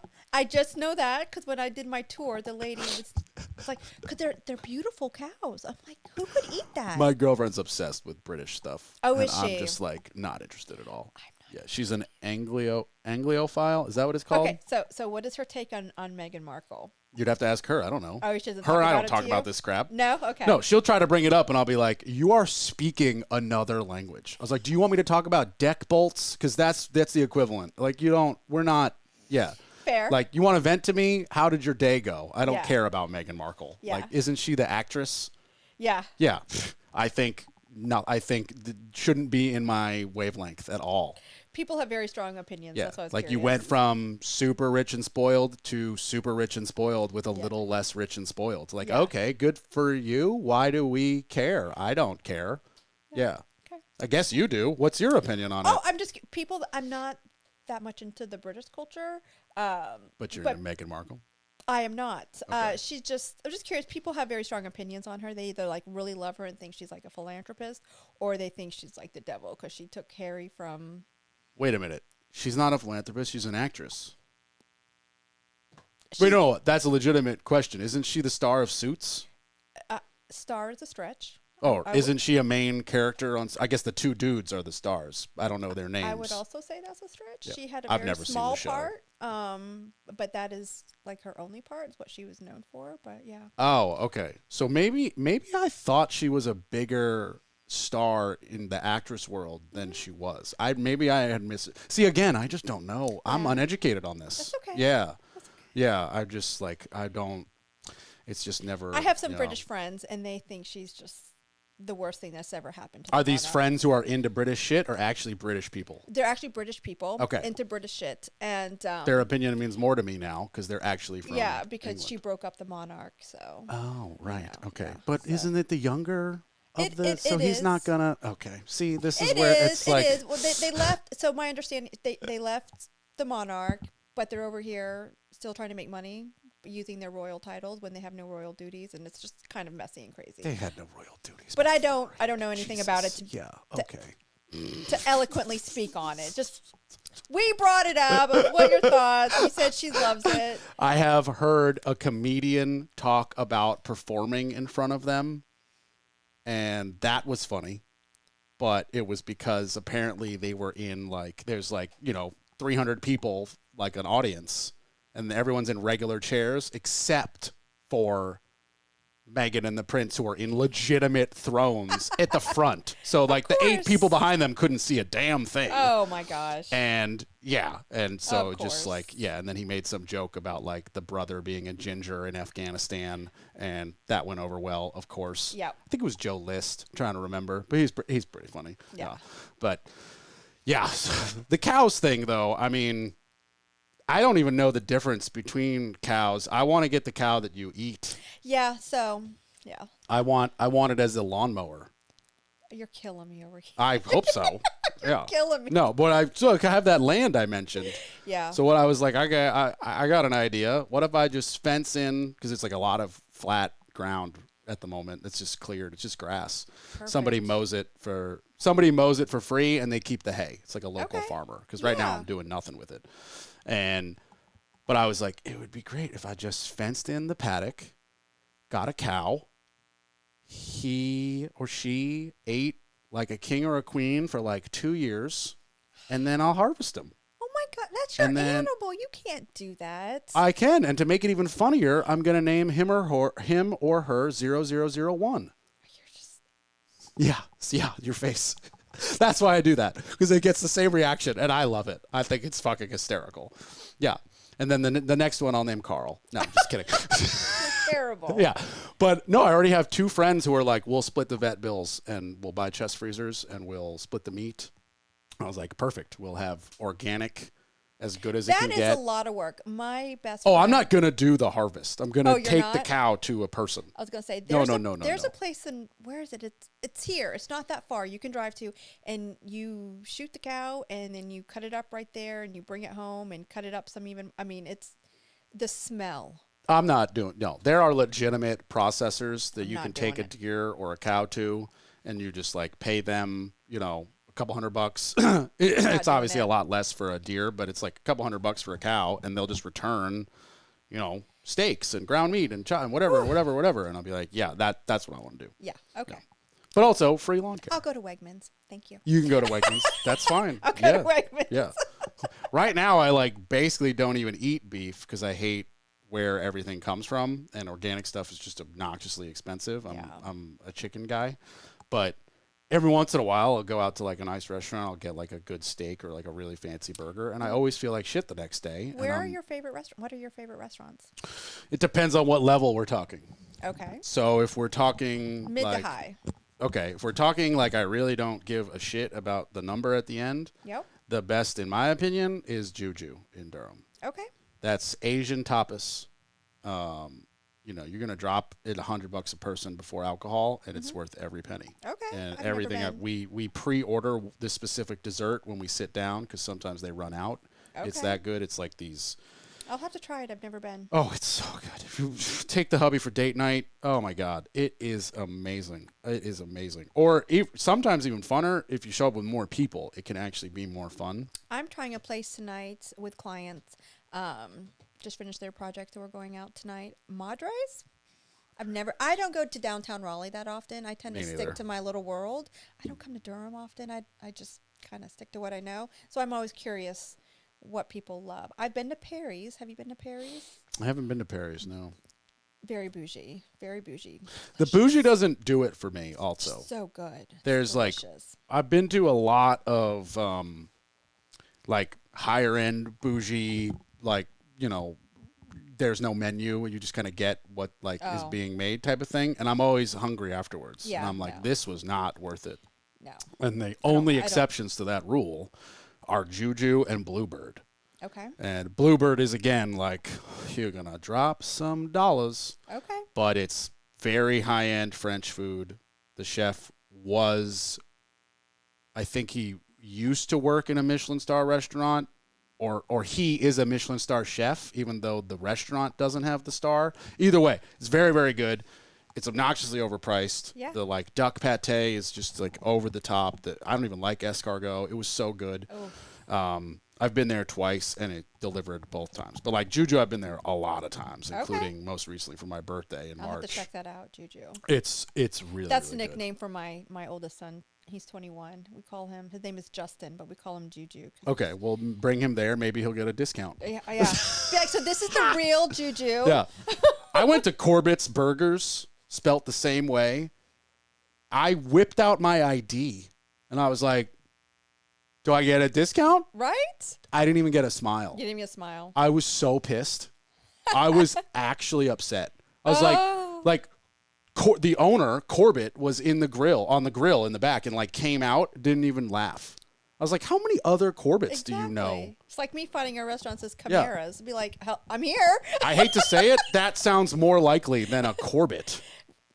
But anyway, insane. I didn't even get a chuckle. And then I ordered it and paid for his burger, and it was trash. I was like, this is not okay. I cannot believe it. I can't put my name behind this. No, I was very upset. Yeah. Only Burger in Durham. Take my name off this building, Amazing. please. Yeah. I'll give money to Only Burger in Durham for nothing. They're so good. It is flawless every single time. Good to know. And I'm a burger snob, just like I'm a New York pizza snob. Okay. Oh, yeah. Only Burger is top shelf. Yeah. Okay. Yeah. Good to know. Super, super good. They used to be a food truck, got so successful, opened a brick and mortar. At one point, had a second brick and mortar at the Bulls Stadium. Oh. Not in the park for games, but just like right outside the park, open regular hours. Nice. Super, super good. It got replaced by Queen Burger. So it's like that location's just always a burger place. And then, yeah, I mean, favorite spots definitely vary on price. I love Gear Street Gardens. All my spots are Durham. That's where I am. This is your home base. Gear Street Gardens is like, it's not overpriced at all. It's not fancy at all, but it's like, used to be a 50s gas station, converted it, kept all the charm. Outdoor patio, they allow dogs. Their menu I love that. has 12 things on it. It's so Anywhere tiny. I can bring my dog, I'm game.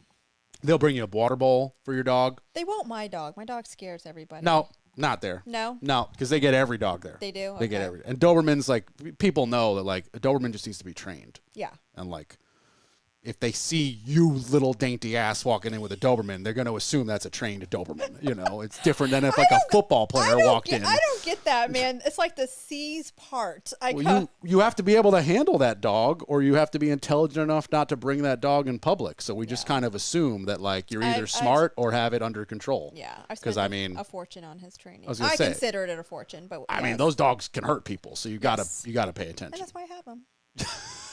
To protect yourself. I have had some weird stuff happen, so yeah, he keeps people away, and I love when I'm out hiking. I love being and he's very well trained. He can go off leash. I have no problems with him. I had an ex-girlfriend who had a Mastiff.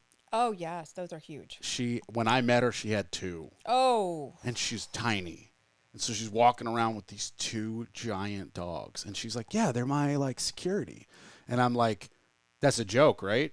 He's like, "No." And I'm like, "Well, Mastiffs couldn't hurt a fly if you paid them." Yeah, they're not aggressive dogs. She's like, "But they're big and mean looking." I'm like, "Maybe to an idiot." Yeah. Like the first time I went to her apartment, I didn't even sit on the couch. I sat on the floor and I was like, "Come to me!" And they both like, they were like, "Oh my God, somebody big enough to play with us?" Because like, They're just big jelly and I was just things. like, like rubbing their fat rolls and just loving them so much. And it took a week. For every time I would come over or she would come over, our dogs would swap. My dog would go lay with his head in her lap, and Zeus would lay with Zeus.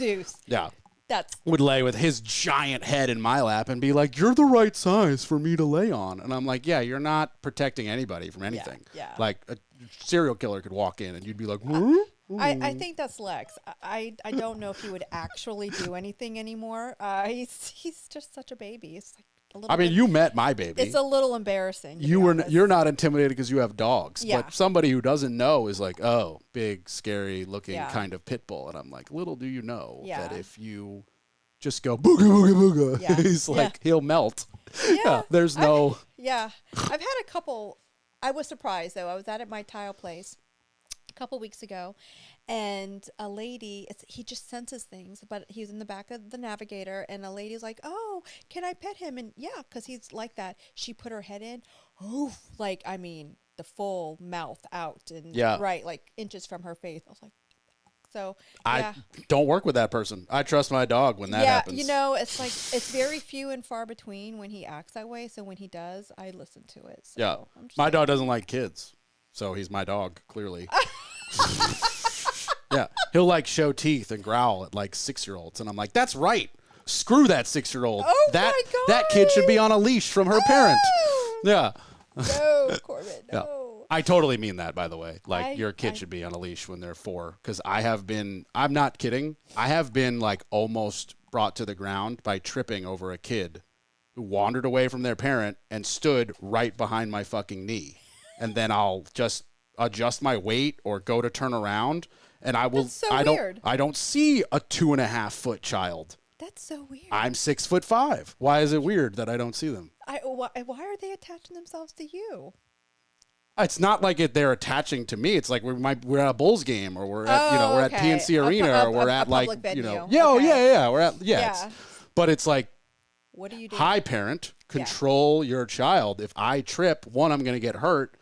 I'm really going to hurt them, and you're going to be mad at me. Are you really 6'5"? Yeah, I actually am. Oh God, that's pretty tall. I thought you were tall. I have my high heels on. Without my shoes, I'm 5'2".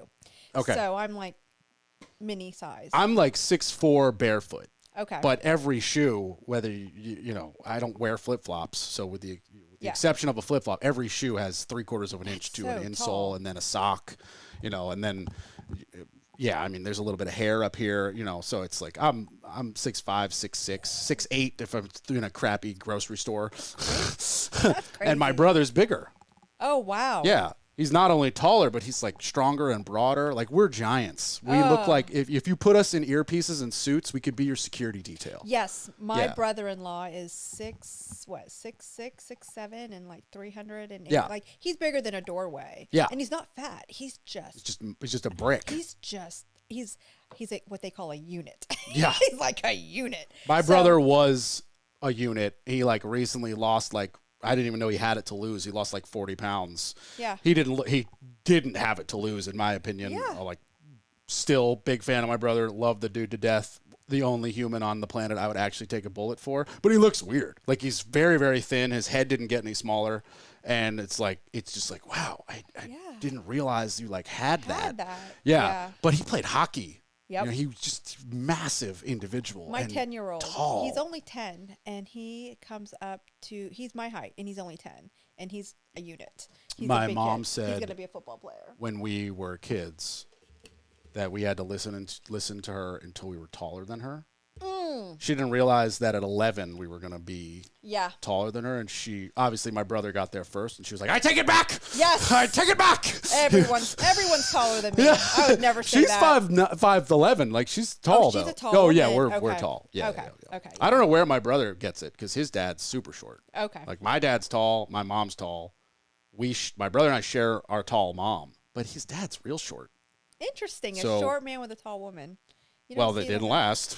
Oh. Fair enough. Yeah, not because of that, but we are not going to get into that on this. Okay. That's not my place to tell any of that. Understood. But no, that's previous marriage, older Understood. brother. Yeah. I'm the baby, and my parents are still married. Okay. Yeah. Oh, that's good. So both of my older sisters, we share my dad, and they have different moms. My dad was a philanderer, or not a philanderer. He just got married a bunch of times. Yeah, philanderer implies like a cheating asshole, right?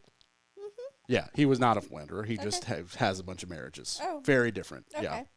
Retract that. And my mom had a previous marriage where she had my brother. Understood. And so then they met, and they had me, and I'm one of 4 kids. It's just how we look at it. And you don't want children. So you come from a larger family, and you don't want children. Where I'm an only child, and my mom and dad are both passed. So I'm kind of alone in the world. So I think that's why I've had so many children, because I don't want them. It's just funny how that plays out, right? That is interesting. Also, because of the halves and marriages and divorces, I'm the only male Storic. And my sister, Alyssa, is Alyssa Storic, but assuming standard stereotypical things occur, she will, married or not, most likely have a kid that is biological with a male, and that kid there's a high percentage, it's going to have his name. Right? I don't know if this is good or bad. I'm just saying this is what usually happens. So, and like my nephew with my oldest sister, he has his dad's name. He's Pixley Curtis. Okay. Not Storic. So you're not passing on the family name. So literally, it's going to die with me because I'm not having kids. And I have not really told my dad this super directly, because they think me not having kids is a phase. It's definitely not a phase. But and that's okay. I know it's okay. I'm an adult. I can do whatever I want. But I acknowledge that my dad, who, started an entire company and is now a world famous thing in his industry, and is old and has had heart problems, my mom has told me directly, like, he's having trouble coming to terms with his like legacy and his like end of life. And I've never really like had a direct conversation with him about it, but I would imagine he was hoping for the Storick name to go on. You know, he loves my brother's 3 kids, but they're the Wrights. He's Keaton Wright. His last name is Wright. So his kids are Wright. That's the way it works, you know. But, you know, for more for the reason that, like, if it's not baseball or my dad needs something, we don't really talk. Like, we don't really have like conversations. Like, even this, like, it was a struggle to get him on the podcast, and then I knew it would be fine just because we were going to talk about his past, and he likes the sound of his own voice and has given the spiel he gave on my podcast at lectures a lot of times. So it's very easy. My parents run WSDG, which is the company they started, and they design the highest end recording studios all over the world for everybody we listen to, from Jimi Hendrix to Justin Timberlake to Alicia Keys and Daddy Yankee, Green Day. So when I said Pro Tools, you knew exactly what I was talking about. 100%. Yeah. But I don't need that for this. GarageBand's free. So I was like, there's just no need. But yeah, I knew exactly what you were talking about. He gave me the equipment. Wonderful. Like all these nice high-end mics and this mixer. I told him I was starting a podcast, and he was like, you have a sponsor. It's me, and I'm coming to Durham because they have a house here. He's like, I'm coming to Durham, and I have an extra checked bag, and it's just full of audio equipment. And I was like, fantastic. This wasn't even in a box. This was like on a shelf in his basement collecting dust. Oh. He was like, I don't have the mic cord. You need to order that, but here's the power cord. I was like, that's good enough. Like, good enough. Sweet. Yeah. And then like I set it all up, and I was like, hey, I need like 4 cords, a headset, this. He was like, send an email to PK. It'll arrive. I was like, okay. Thank you. Yeah. That's amazing. Yeah, literally PK was like, I can order all of that on Amazon. Give me a day. He literally just Amazoned it, but he shipped it here. It was just like, you know, it was super lucky to have, you know, that. Super lucky to have my parents. We fight all the time, but we love each other. But doubly lucky his industry for me to start this. I mean, it was like, plus my like, you know, my brother lost, my dad lost his brother when they were very young. We were like teenagers. He got, through business, an incredible business partner by the name of Sergio, who is basically his brother. Like, he replaced that relationship, both in not business and business. And he has a son who's like a year younger than me, who is basically my brother. Like, we've known each other since we couldn't even communicate. He's from Buenos Aires, and I'm from America. And the first time we met, I knew no Spanish, he knew no English, didn't matter. Best friends, immediately. Just, it happens. And I've literally known him his whole life. He's known me his whole life. I'm just a couple years older. And he is working for WSDG, just like his dad. And on the side, he's a recording engineer. He's like the dude on the other side of the glass for musicians, moving the knobs and stuff. So, of course, this tiny little mixer is a joke for him. He's like, I know this stuff backwards. So, for free, he had like 5 Zoom calls with me to help me set it up, to help me make templates, and just like run everything and make sure render it and make sure it looks good, and this is how you do it in iMovie and all this and blah, blah, blah, blah. And so, like, you know, it felt like basically overnight I was up and running with professional gear in a professional setting. Absolutely. And honestly, the only people who like don't want to come is just because they look up the Orange Hammer Pod and it doesn't have like amazing traction because I don't pay for clicks. Oh, you'll get there. I'm not worried at all. Everybody asks like why you keep doing this, and I'm like, it's fun. The minute it's not fun, I'm gonna stop. You just stop. Like it's that simple. Like the minute this is a chore, we'll shut it down, or I'll sell it for not a lot of money to a bigger podcast thing, and they can keep doing it. Right. But like right now, it's fun. It's fun. It's super fun. I like learning. I like talking to people. It seems to always end up in just like a fun conversation that there's something that's helping a listener. And, you know, in this episode, they've learned the importance of a designer. They've learned the importance of a designer that's your style. Yeah. There's so many styles. Don't be at all ashamed if you took a designer out for coffee and realized it was the wrong fit. It should be similar to like Edison and the light bulb. Absolutely. Like you didn't find 100 ways that didn't work. You found 100 ways on your journey. So like, don't be intimidated by designers. People get wrapped up in their head a little bit over that too. And it's like, no, we're not a fortune, and we're here to help you, and we're here to bring your whole project together. Yes, DIY, you can do it yourself, but you really don't know what you're getting into. All the nuances, the ins and outs. I mean, the construction side of it. No, you want someone in your corner that's also going to help contractors not take you for a ride either. Yeah. I worked on this house a few years ago out in Chapel Hill, and it was a massive house on so much land. It's absolutely beautiful. I was getting quotes for certain things that I didn't have in-house people for.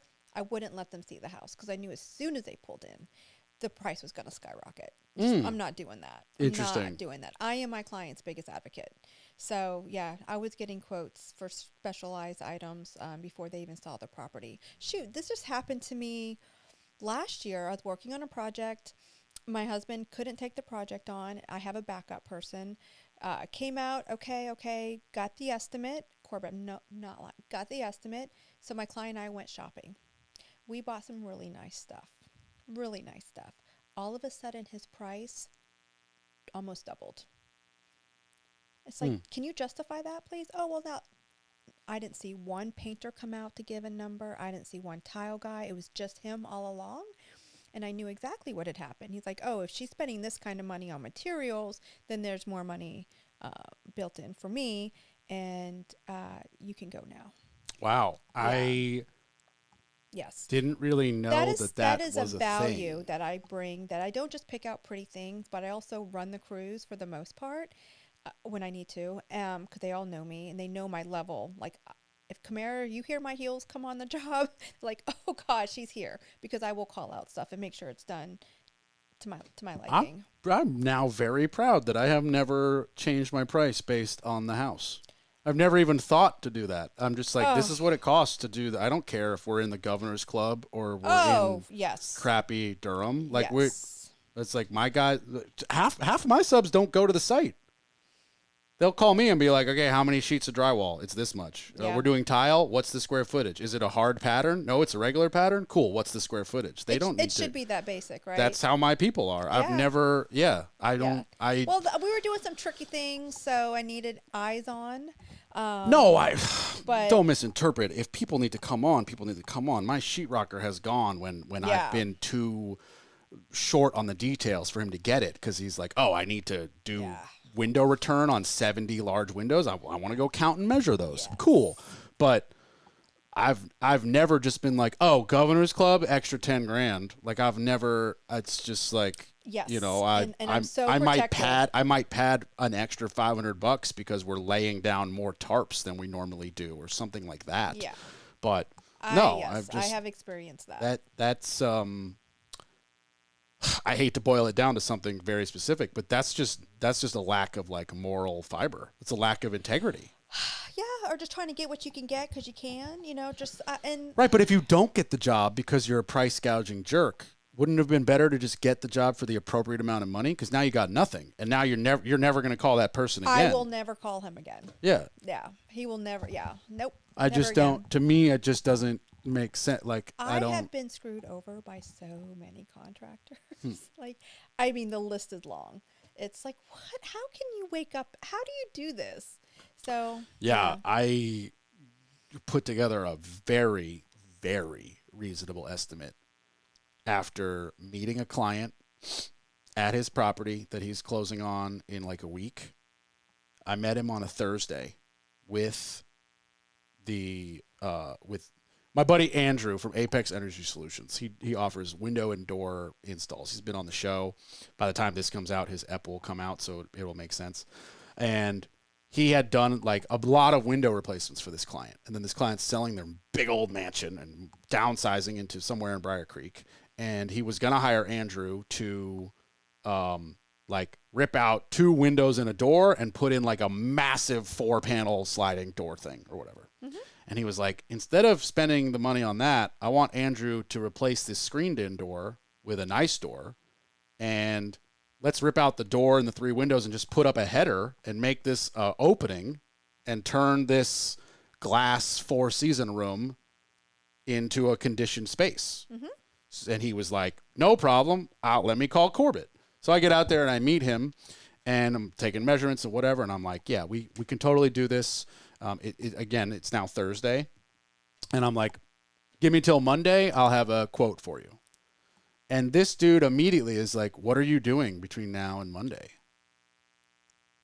And I, like, in my head, I was like, he's implying that I should be getting his quote quicker. So to not be rude, but I was very pissed, I just went, you don't want to switch calendars with me. I was like, you don't want to go to all the client bids I'm going on. You don't want to do all the stuff I'm doing. I'll have you a quote by Monday. And he was like, because he wanted to get this going. He was closing on the 28th and he wanted to start on the 28th. And I was like, I get that all the time. I was like, first of all, that's probably not happening. Yeah. Second of all, your project's not more special than anyone else. And you don't want me to officially but unofficially tell you that if you want to cut the line, it's an extra $10,000 for absolutely no reason. Like, that's what it's going to take. These people have a deck. It's actually a bigger project than yours. It's $34,000 in materials alone for this Trek deck I'm finishing the bid on. I was like, anyway, I put together his whole project, 8 subs required, whatever, and it's like $28,000 for the whole thing. That's a good price. It's an amazing price. That's a really good price. Yeah, it's like, it really is an amazing price. Yeah. And I sent it to him on Monday, as promised. Okay, so now I hear nothing till Friday at 10:15 p.m. where I get, quote, without any, because I just wrote in a text, hey, I got everything sorted out. You're, 20-something thousand. I just gave him the number. And I was like, we need half to start. We'll need half when we're done. And we could start on the 29th. I can get a dumpster there. We could start demoing the siding. And I just get, without any further detail, that seems high. Period. Oh. Sent the text. No other comment. To which I responded, because I'm awake watching TV. Did you get your $100? No, I didn't, because I was going there as a favor to Andrew, who just did a job for me and did a flawless job. Will use Andrew a lot. In fact, texted him a window that somebody needed replaced today even.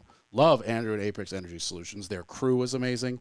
They cleaned, they trimmed, they puttied, they caulked, they cleaned again, they wiped it down, they vacuumed, the install was correct, their time was correct, their product is so good that my client gets a tax refund. That's how efficient their windows and doors are. They did one door, $250 tax refund.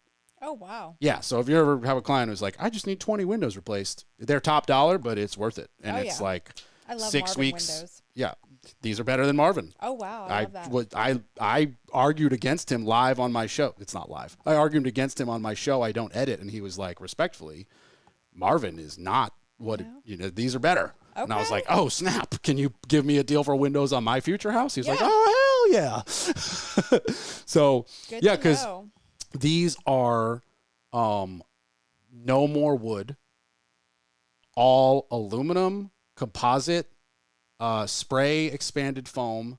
There's literally no parts of it that can rot away. Oh, I love Unlike that. a Marvin window, and I actually am a fan of Marvin, there's some wood in there and it will eventually rot away, or the foam isn't, I can't remember if it's not closed or not open cell, but it's the one of the cells that will absorb. And I've actually gone to clients where the like little edging, flashing thing has popped out because the foam is expanding because of water. And they're Marvins. That would be terrible. Yeah, it's really terrible. And especially when it's a brick house, because you can't just pop off a little siding and get to everything. You got to order a perfect flawless window that fits into that brick opening. Anyway.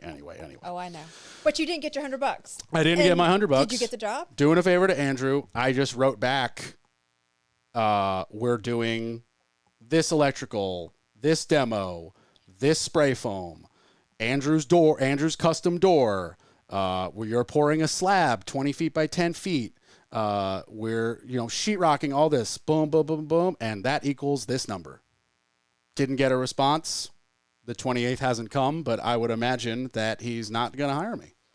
And it's just like one of those situations where like I will continue to do the free bid for Andrew when he calls me for a gig because Andrew didn't do anything wrong. Yeah. No. But it's just one of those situations where it's like even Andrew and that client, you know, you definitely know the work that goes into it, but most people who think that it doesn't take a lot of work to put that bid together, it takes a lot of work. It took me like 3 hours on phones and calculators and making sure I didn't, did I forget the insulation? Oh, well, if we're ripping that down, we've got to replace it. Oh, I literally had like, my framer came to my house where we drew it out together, looked at pictures, and I was like, this needs to be a triple LVL. Let's account for that. Like, there's real work and nobody cares about it. That's why I really, my husband doesn't charge for estimates, and I feel like he should, because it puts skin in the game. Because people, it takes, like when we go out for a quote for a decent size renovation, we bring out the HVAC, the top, like all of the people, so our numbers are really firm.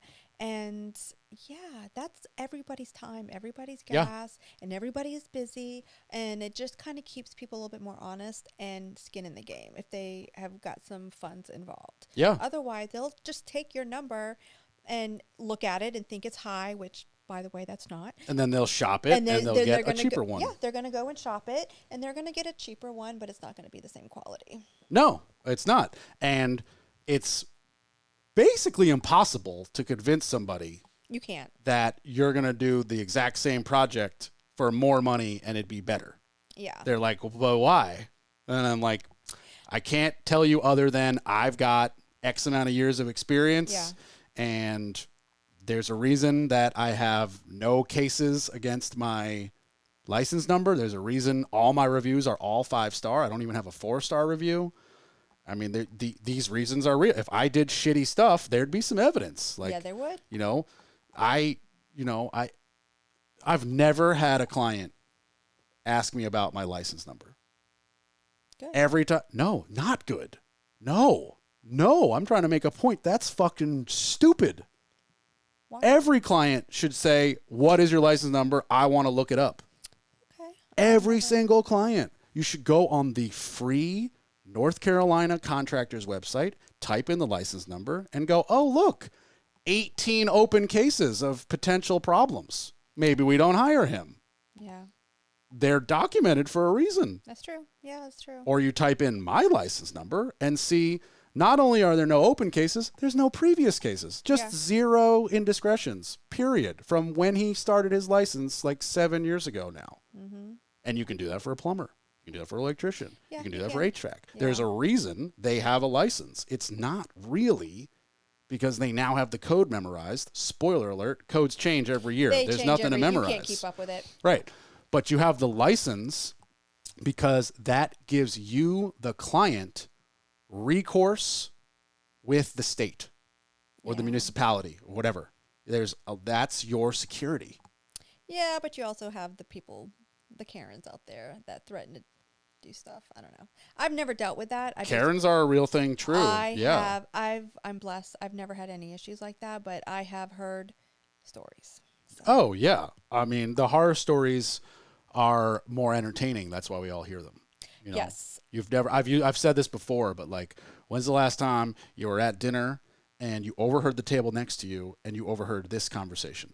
Hey, John, how's that renovation going? Oh, it's on time, under budget, and everything was easy, and we're having you over for dinner tomorrow. Yeah. That's never that's not exciting. Yeah, the conversation is, oh, this fucking guy shows up at 10 instead of 9, and he leaves for coffee, and he screwed up the baseboard, and he's arguing about the tile, and I didn't really want it this way, and it's blah, blah, blah. That's entertaining. That's the juice. Yeah. That's dinner conversation. Yeah. But anything positive, people don't like to talk about that. Nobody likes to talk about it. Yeah. Nobody likes to talk about it because it's not fun. Yeah. It's like, it's a shame. You know, so you have to factor all of that in. And all the time, people, you know, they'll get my info from wherever they got it. Mm-hmm. And the first thing I do is obviously go there and meet them and whatever, or we have a phone call. But then like I walk in and the first thing I do is go, oh, you have my number. Here's my card. And if you scan the QR on the back, it'll take you to a website, podcast, it'll take you to all that stuff. Also on the front, there's my license number. I say, feel free to look up my license number. Yeah. Because people don't even know that's a thing. I feel like you're looking at me like you didn't know that was a thing. I mean, I know it's a thing, but I've never done it. I guess because I have my own, and I don't have. He has his own in-house people, so it's not a. But yeah, no, I can understand. Right. Well, also you're like. I feel like I'm a little sheltered. I kind of Yeah. have my little world, But in the don't know much out. In the relationship of your clients, you're the buffer. I am. And also you're using your loved and trusted husband Yeah. who has his own people. So it's not the greatest example for you specifically. But let's say that you are Jane Doe and you have a $200,000 house, which you worked really hard to afford, and you can't stand the bathroom and you want it redone. You can't afford you. Jane can't afford you. And also, Jane doesn't need you. Jane needs to go pick one tile for the shower, pick out one tub, and then basically decide on a shower head. Like if we're just making this up, you know, like not the greatest job for you. Correct. And she doesn't need me. Right, and arguably, go use a design. You're gonna charge too much for that job. Not too much for your value, but too much for that job. Like if we're being realistic, but she does need me. Yes. Because she doesn't realize that you can't just hire one tile guy because he's not going to change the plumbing on the tub. Yep. And the tile and plumbing guy are not going to touch the quarter round. And when that's all done, they're not going to paint. You know what cracks me up? And they're not going to hang the mirror. Men and women that are out there that want to manage all that. I'll do it myself. I've actually my crew has been let go. She's like, because there's a markup on all that, right? And, because we run the jobs, we manage jobs, we manage the subs, we do all the bookkeeping, we carry the insurance. Like there's markup, and it's all out there in the contract. It's all transparent. But you know what? I can do this myself and save that percentage. Yeah, let me know how that works out for you. Yeah. Managing 5 different subs, all their different calendars. Oh, God forbid there's a problem. What are you gonna do, Miss Karen? When there's value in having someone just manage all the chaos. Oh yeah, so you have peace of mind. And that's what's so great about you is you have your subs and they listen to you. I had a gentleman not long ago ask me to not use my people, use his people on his kitchen renovation. That's fine. I'll just charge you my design fee and I'll make. He's like, well, will you manage them? And I'm like, no. Well, why not? I'm like, if I'm not signing their paycheck, I have no power. They're not going to listen to me. I'm just some blonde woman that just is demanding. Like I have to deal with that too. Being a female in a man's world, comes with an extra level of just bullshit. But well, construction might be more of a man's world, but I would argue that the design aspect is more of a female world. I'm referring to the construction side. Okay, of things. fair enough. Yeah. When I'm, I'm doing it. So, no, I'm not going to manage your people. That's probably a friend of a friend of a friend, or a family person who's probably not licensed. But you're going to save some money by. I'll pick out the stuff. I'll do the design layout. I'll tell them what to do. But please don't call me when things go fucking crazy. Yeah. And I've had it happen where they're like, hey, can you have one of your guys? Nope. I'm not having my guys come save the day. Your mess. Or it's going to, now we got to rip it all out and charge what we would have charged. Yeah. I'm like, it would be more money to have, because they're going to come in, they're going to want to rip it out and do it the right way. So you just got to figure it out. Yeah. But, I mean, I had a repeat client who didn't hire me because the price was too much for the floor tile. And he was like, my buddy's going to do it for this amount of money. And I wrote back, I was like, hey, I want you to know that like, I have no ill will. I have no bad anything against you, but you need to know never, ever will I be able to compete with the cost of, quote, your buddy. Yeah. I run a company. Yeah. Which means my tile guy gets paid. I mark it up. I get paid. I supervise. It's flawless. If it's not, you call me. I'm there in 1 second. Yep, and we handle it. And my tile guy has insurance, and I have insurance. And he has, workers' comp for his guys, and I don't because I have no employees. But, like, all that adds up. We have vans. We have insurance on the van. We have professional tile tools your buddy doesn't have. Like, and the list goes on and on and on and on and on and on and on and on and on. And, just be aware that, like, if you're going to call me in the future, you need to at least compare me to someone else in the industry, because I'm always going to seem obnoxiously overpriced to a buddy that you're giving beer to. exactly. Like, you just need, and he wrote back and was like, I really do understand, and thank you for clarifying that. I was confused why you're too expensive. It's now super clear why, and I just don't have the budget to pay you. I need to hire my friend, but like, I'll call you when I need something, more aggressive handled by a professional. And everything ended peacefully, and I have no ill will to that client. So how'd the job end up? Didn't ask, didn't look, no idea. My girlfriend, she had her boyfriend. I am curious now, though. Yeah, he's like, I can do the tile. I can do in one of our Airbnbs. I can do it. Shit show. Like stubbing your toe because the tile is like not level. This other bathroom, the pattern was all fucked up, so that she had to order more, and it was from what is it? Not Best Tile, Bird Tile. So that's expensive And not easy, and doesn't arrive quick. No. Yeah. So it's just, I'm like, why? I just had to fire my tile guy 2 weeks ago. You I had to get a new just, tile guy. There's there's certain things in our world where it's just worth the extra money, and to me, a good tile guy, a good hardwood floor guy, painters. Let's just talk painters. Like, God. It's funny you say that. My painter is always cheaper, and he's always better. Oh, I don't know how. I hope you're giving that man some tips, because I keep him working all the time. He's There you also go. my roofer and my sheetrocker. There you go. So the fact that he does all three, he gives me great treatment. Right? Yes. But like, I had flipping a condo in Raleigh. It's like basically done. The shower glass got ordered. It was the wrong size. He's putting it in this week, and it's getting staged Monday. Or no, they're measuring for staging today, cleaning Sunday, moving the furniture in Monday, and it's being listed. Like, we flipped it in 2 weeks. Or 2 months, sorry. It was like very, very good. But like, my tile guy, he just couldn't get the floor correct in the custom shower. And we ripped out a tub, ripped out rotten wood, and supplied him with a flat, brand new piece of plywood. Yeah. And it's like, you needed to mud the pan and waterproof it and make it smooth, and it looks like an ocean wave. And he redid it 3 times and didn't get the hump out.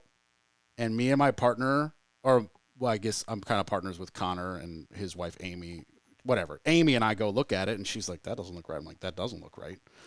And I go to the job, and there's grout everywhere, and there's like fucking thin set everywhere. And it's just like a disgusting. And like, the outlets got pulled off because of the backsplash, and he didn't put them back on.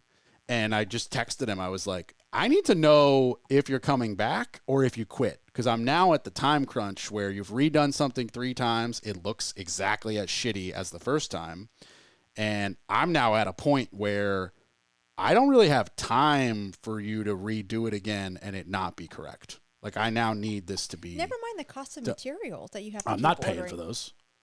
Oh. Are you out of your mind? Well, correct. Someone's paying for that. He is rebuying that floor tile, and he did. And he bought floor tile on a weekend, which I know means he didn't go to Best Tile because they're closed on the weekend. So he went and bought shittier tile from Home Depot and or Lowe's and redid it a 3rd time, and it's still messed up. And he responded via text with like, well, we didn't touch the outlets on the backsplash. And I was like, bro. There was a Formica countertop nowhere near the backsplash, nowhere near the outlets. We ripped that out. We put in 1 stone countertop, and then you tiled. And you put them down. You pulled them out. You tiled. Now I can't put them back in because your tile's over the blue box inside the wall. Who the fuck else would have done this? You're trying to tell me you didn't touch the I lost it. I was like, now you're just gaslighting me. You're lying to me. My electrician just did fixtures. He didn't touch the outlets. Like, what are you talking about? Like, you just didn't finish the job. Like, you're drunk, your diabetes medication isn't working. I don't know what it is, but get your fat ass over here and fix it. And I obviously didn't say any of that. But when he just responded like, yo, we didn't touch the outlets, I was like, cool, we are parting ways. I think I just texted him, good luck on all your future endeavors. I was like, you don't come back here. And I had to get a new tile guy to go fix his crap. I had to get my electrician to replace all those outlets because they had so much black grout on them that they couldn't be cleaned. And black grout was the choice, but still, don't tape the outlets off. Like, just don't get them dirty. So yeah, I told my electrician, I was like, hey man, I need you to replace these. They're going to need bigger covers because of how sloppy it is. And you're going to need a grinder to grind away some tile. And he was like, done, no problem. Couldn't have been easier. So it's just like, all these like headaches were being caused by one shitty subcontractor. And the minute I got rid of him, everything went away. I've had that happen where I'm just loyal to someone and I just work through all these like bullshit issues. And then when I finally, cut them free, it's like, oh my God. But it was hard to do that. Yeah. See, for me, he did my last property flip. Well, it's not a flip. It's like, well, we got a house and we flip it back to new, but we rent it out. Mm-hmm. And we always make them too nice to rent, but it means that they'll stay nice quality when we decide to sell them in like 5 or 10 years. And he did such a poor job with the wall tile. He didn't use a leveling system. He did such a poor job with the wall tile. My plumber actually asked me if I bought wavy tile on purpose. And I was like, huh? And then I started to really look at it and I was like, oh my God. So then my mom hires Charles Harrington. I'm throwing his name under the bus. I don't give a shit. To do tile in her house. And they didn't let it get to the point where it was awful. They fired him off the job midway through the job. He did like one floor and he used the leveling system, but he didn't finish the edges. He did like one section of one shower and it was fucked up. And they were like, just don't come back. Yeah. Then this lady in Apex, she's her own GC. I like middleman some things. And then I was like, look, you're your own GC. You don't have the budget to hire me as a GC. Here's my tile guy. Just pay him. Call him. Tell him what you want. She was like, thank you so much. And he did apparently he did like 2 showers good. And then the third one just awful. And I'm like, okay, there's a baby amount of pattern showing up, but I've like 8 flawless years before this. Yeah, he's done work for me. And then the condo happens. And the condo is supposedly done except for the floor he has to redo. I'm like, okay, he'll redo the floor, no big deal. He takes a break and goes and does a backsplash for me for a client. Flawless. But the difference was I was sat there all day. So it was flawless when I was watching him. That's the anxiety part of it, right? It's unpredictable. It's unpredictable installation, and that's where you don't know what you're gonna get. I can't live like that. No, and then he finished this flawless backsplash, but I like really thinking back to it. I'm like, I had to fine tooth comb it with the light on my iPhone and be like, grout haze, wipe it, grout missing, add it. Like, this, I shouldn't have to do this. You guys are all you Charles Tile Service. You guys should know that like you need grout there and there needs caulking there. I have a question for you. Yeah. Do you think, I have a theory. Do you think that when you use someone consistently over a long period of time, they just start to take you for granted? I know that they do. Yeah. Yeah. You just feel like they can get away with more because you're buds. Yeah, I know that they do. The only subcontractor that I would say that I'm actually friends with is my plumber, and the reciprocation of how he hooks me up makes me worry 0%, because there are times when it's my rental property and the bill will be going to me, and the pulling and swapping of a toilet is a third the price of a stranger who just needs a toilet swapped and calls this plumber. Mm-hmm. And it's not that he's ripping off the John Doe. It's that I've consistently given him good business for like 10 years. And we're both New Yorkers and we're buddies. And we go to hockey games together. Like to think that. But I have had some contractors in the past that I'm was very loyal to. But I kept noticing their prices keep going up and up and up for the same work. But the quality is also going down. But because we were cool, because I'm just trying to be cool with everyone. I felt like I was starting to become like taken advantage of a little bit and had more ways, and that was hard. With the exception of Charles, I never noticed the price go up and the quality go down. Yeah, the price went up, and 90% of the time I was like, well, the materials have gone up, so the price should go up. I'm but okay the quality's with price. Okay. I'm okay as long as the quality's good. Yeah. I'll pay your price. Yeah. I don't nickel and dime anyone, but when quality starts going down, that's when we're gonna have a problem. Yeah, one time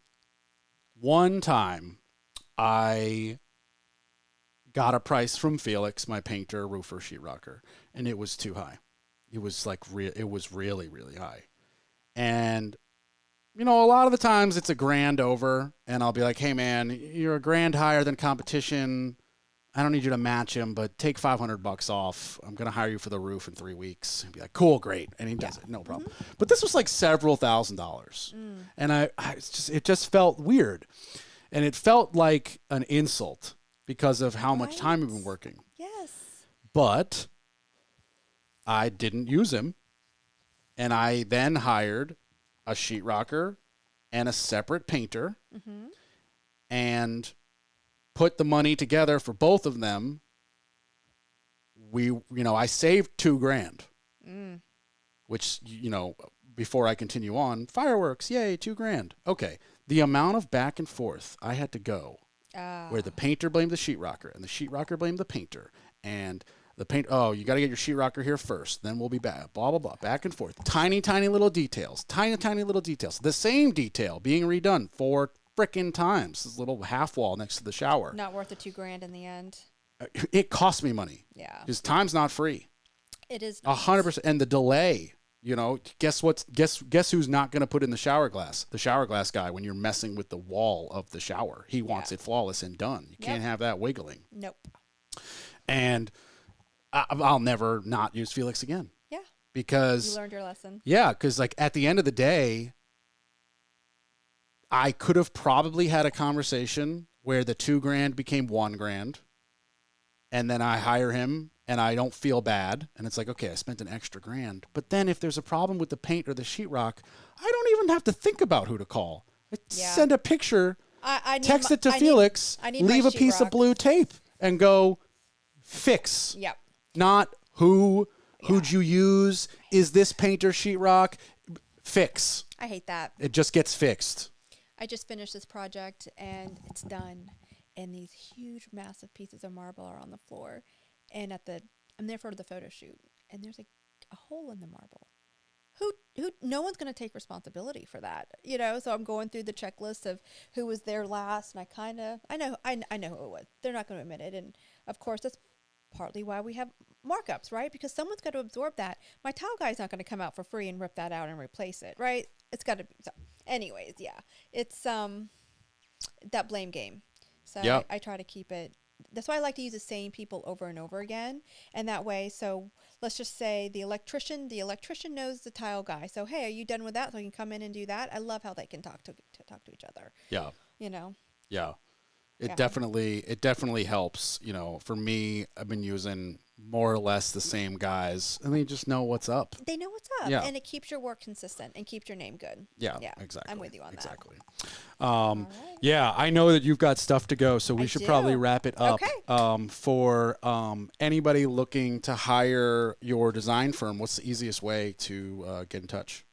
Probably my website, stylebycamara.com. Awesome. There you go. There you go. And as always, CRS Contracting, 845-489-6057, Corb, CORB, at WSDG.com. If you need work, you want to come on the show, need some advice about the show, or have something you want me to talk about on the show, please reach out. And there you go. Camara, thanks so much for coming. I really appreciate it. Thank you for having me. Finally. I know. That's on you, for the record. That's on you. I reached out. You did. I was like, ooh, successful designer on Facebook. Podcast guest. Yes. Yeah. I guess we got we both owe tip of the cap to Amanda. Yes. Yeah, there you go. Amanda Jordan. There you go. All right, Amanda, thank you so much. Thanks, everybody, for listening. Camara, thanks for coming. Thank you. And bye, everybody. Bye.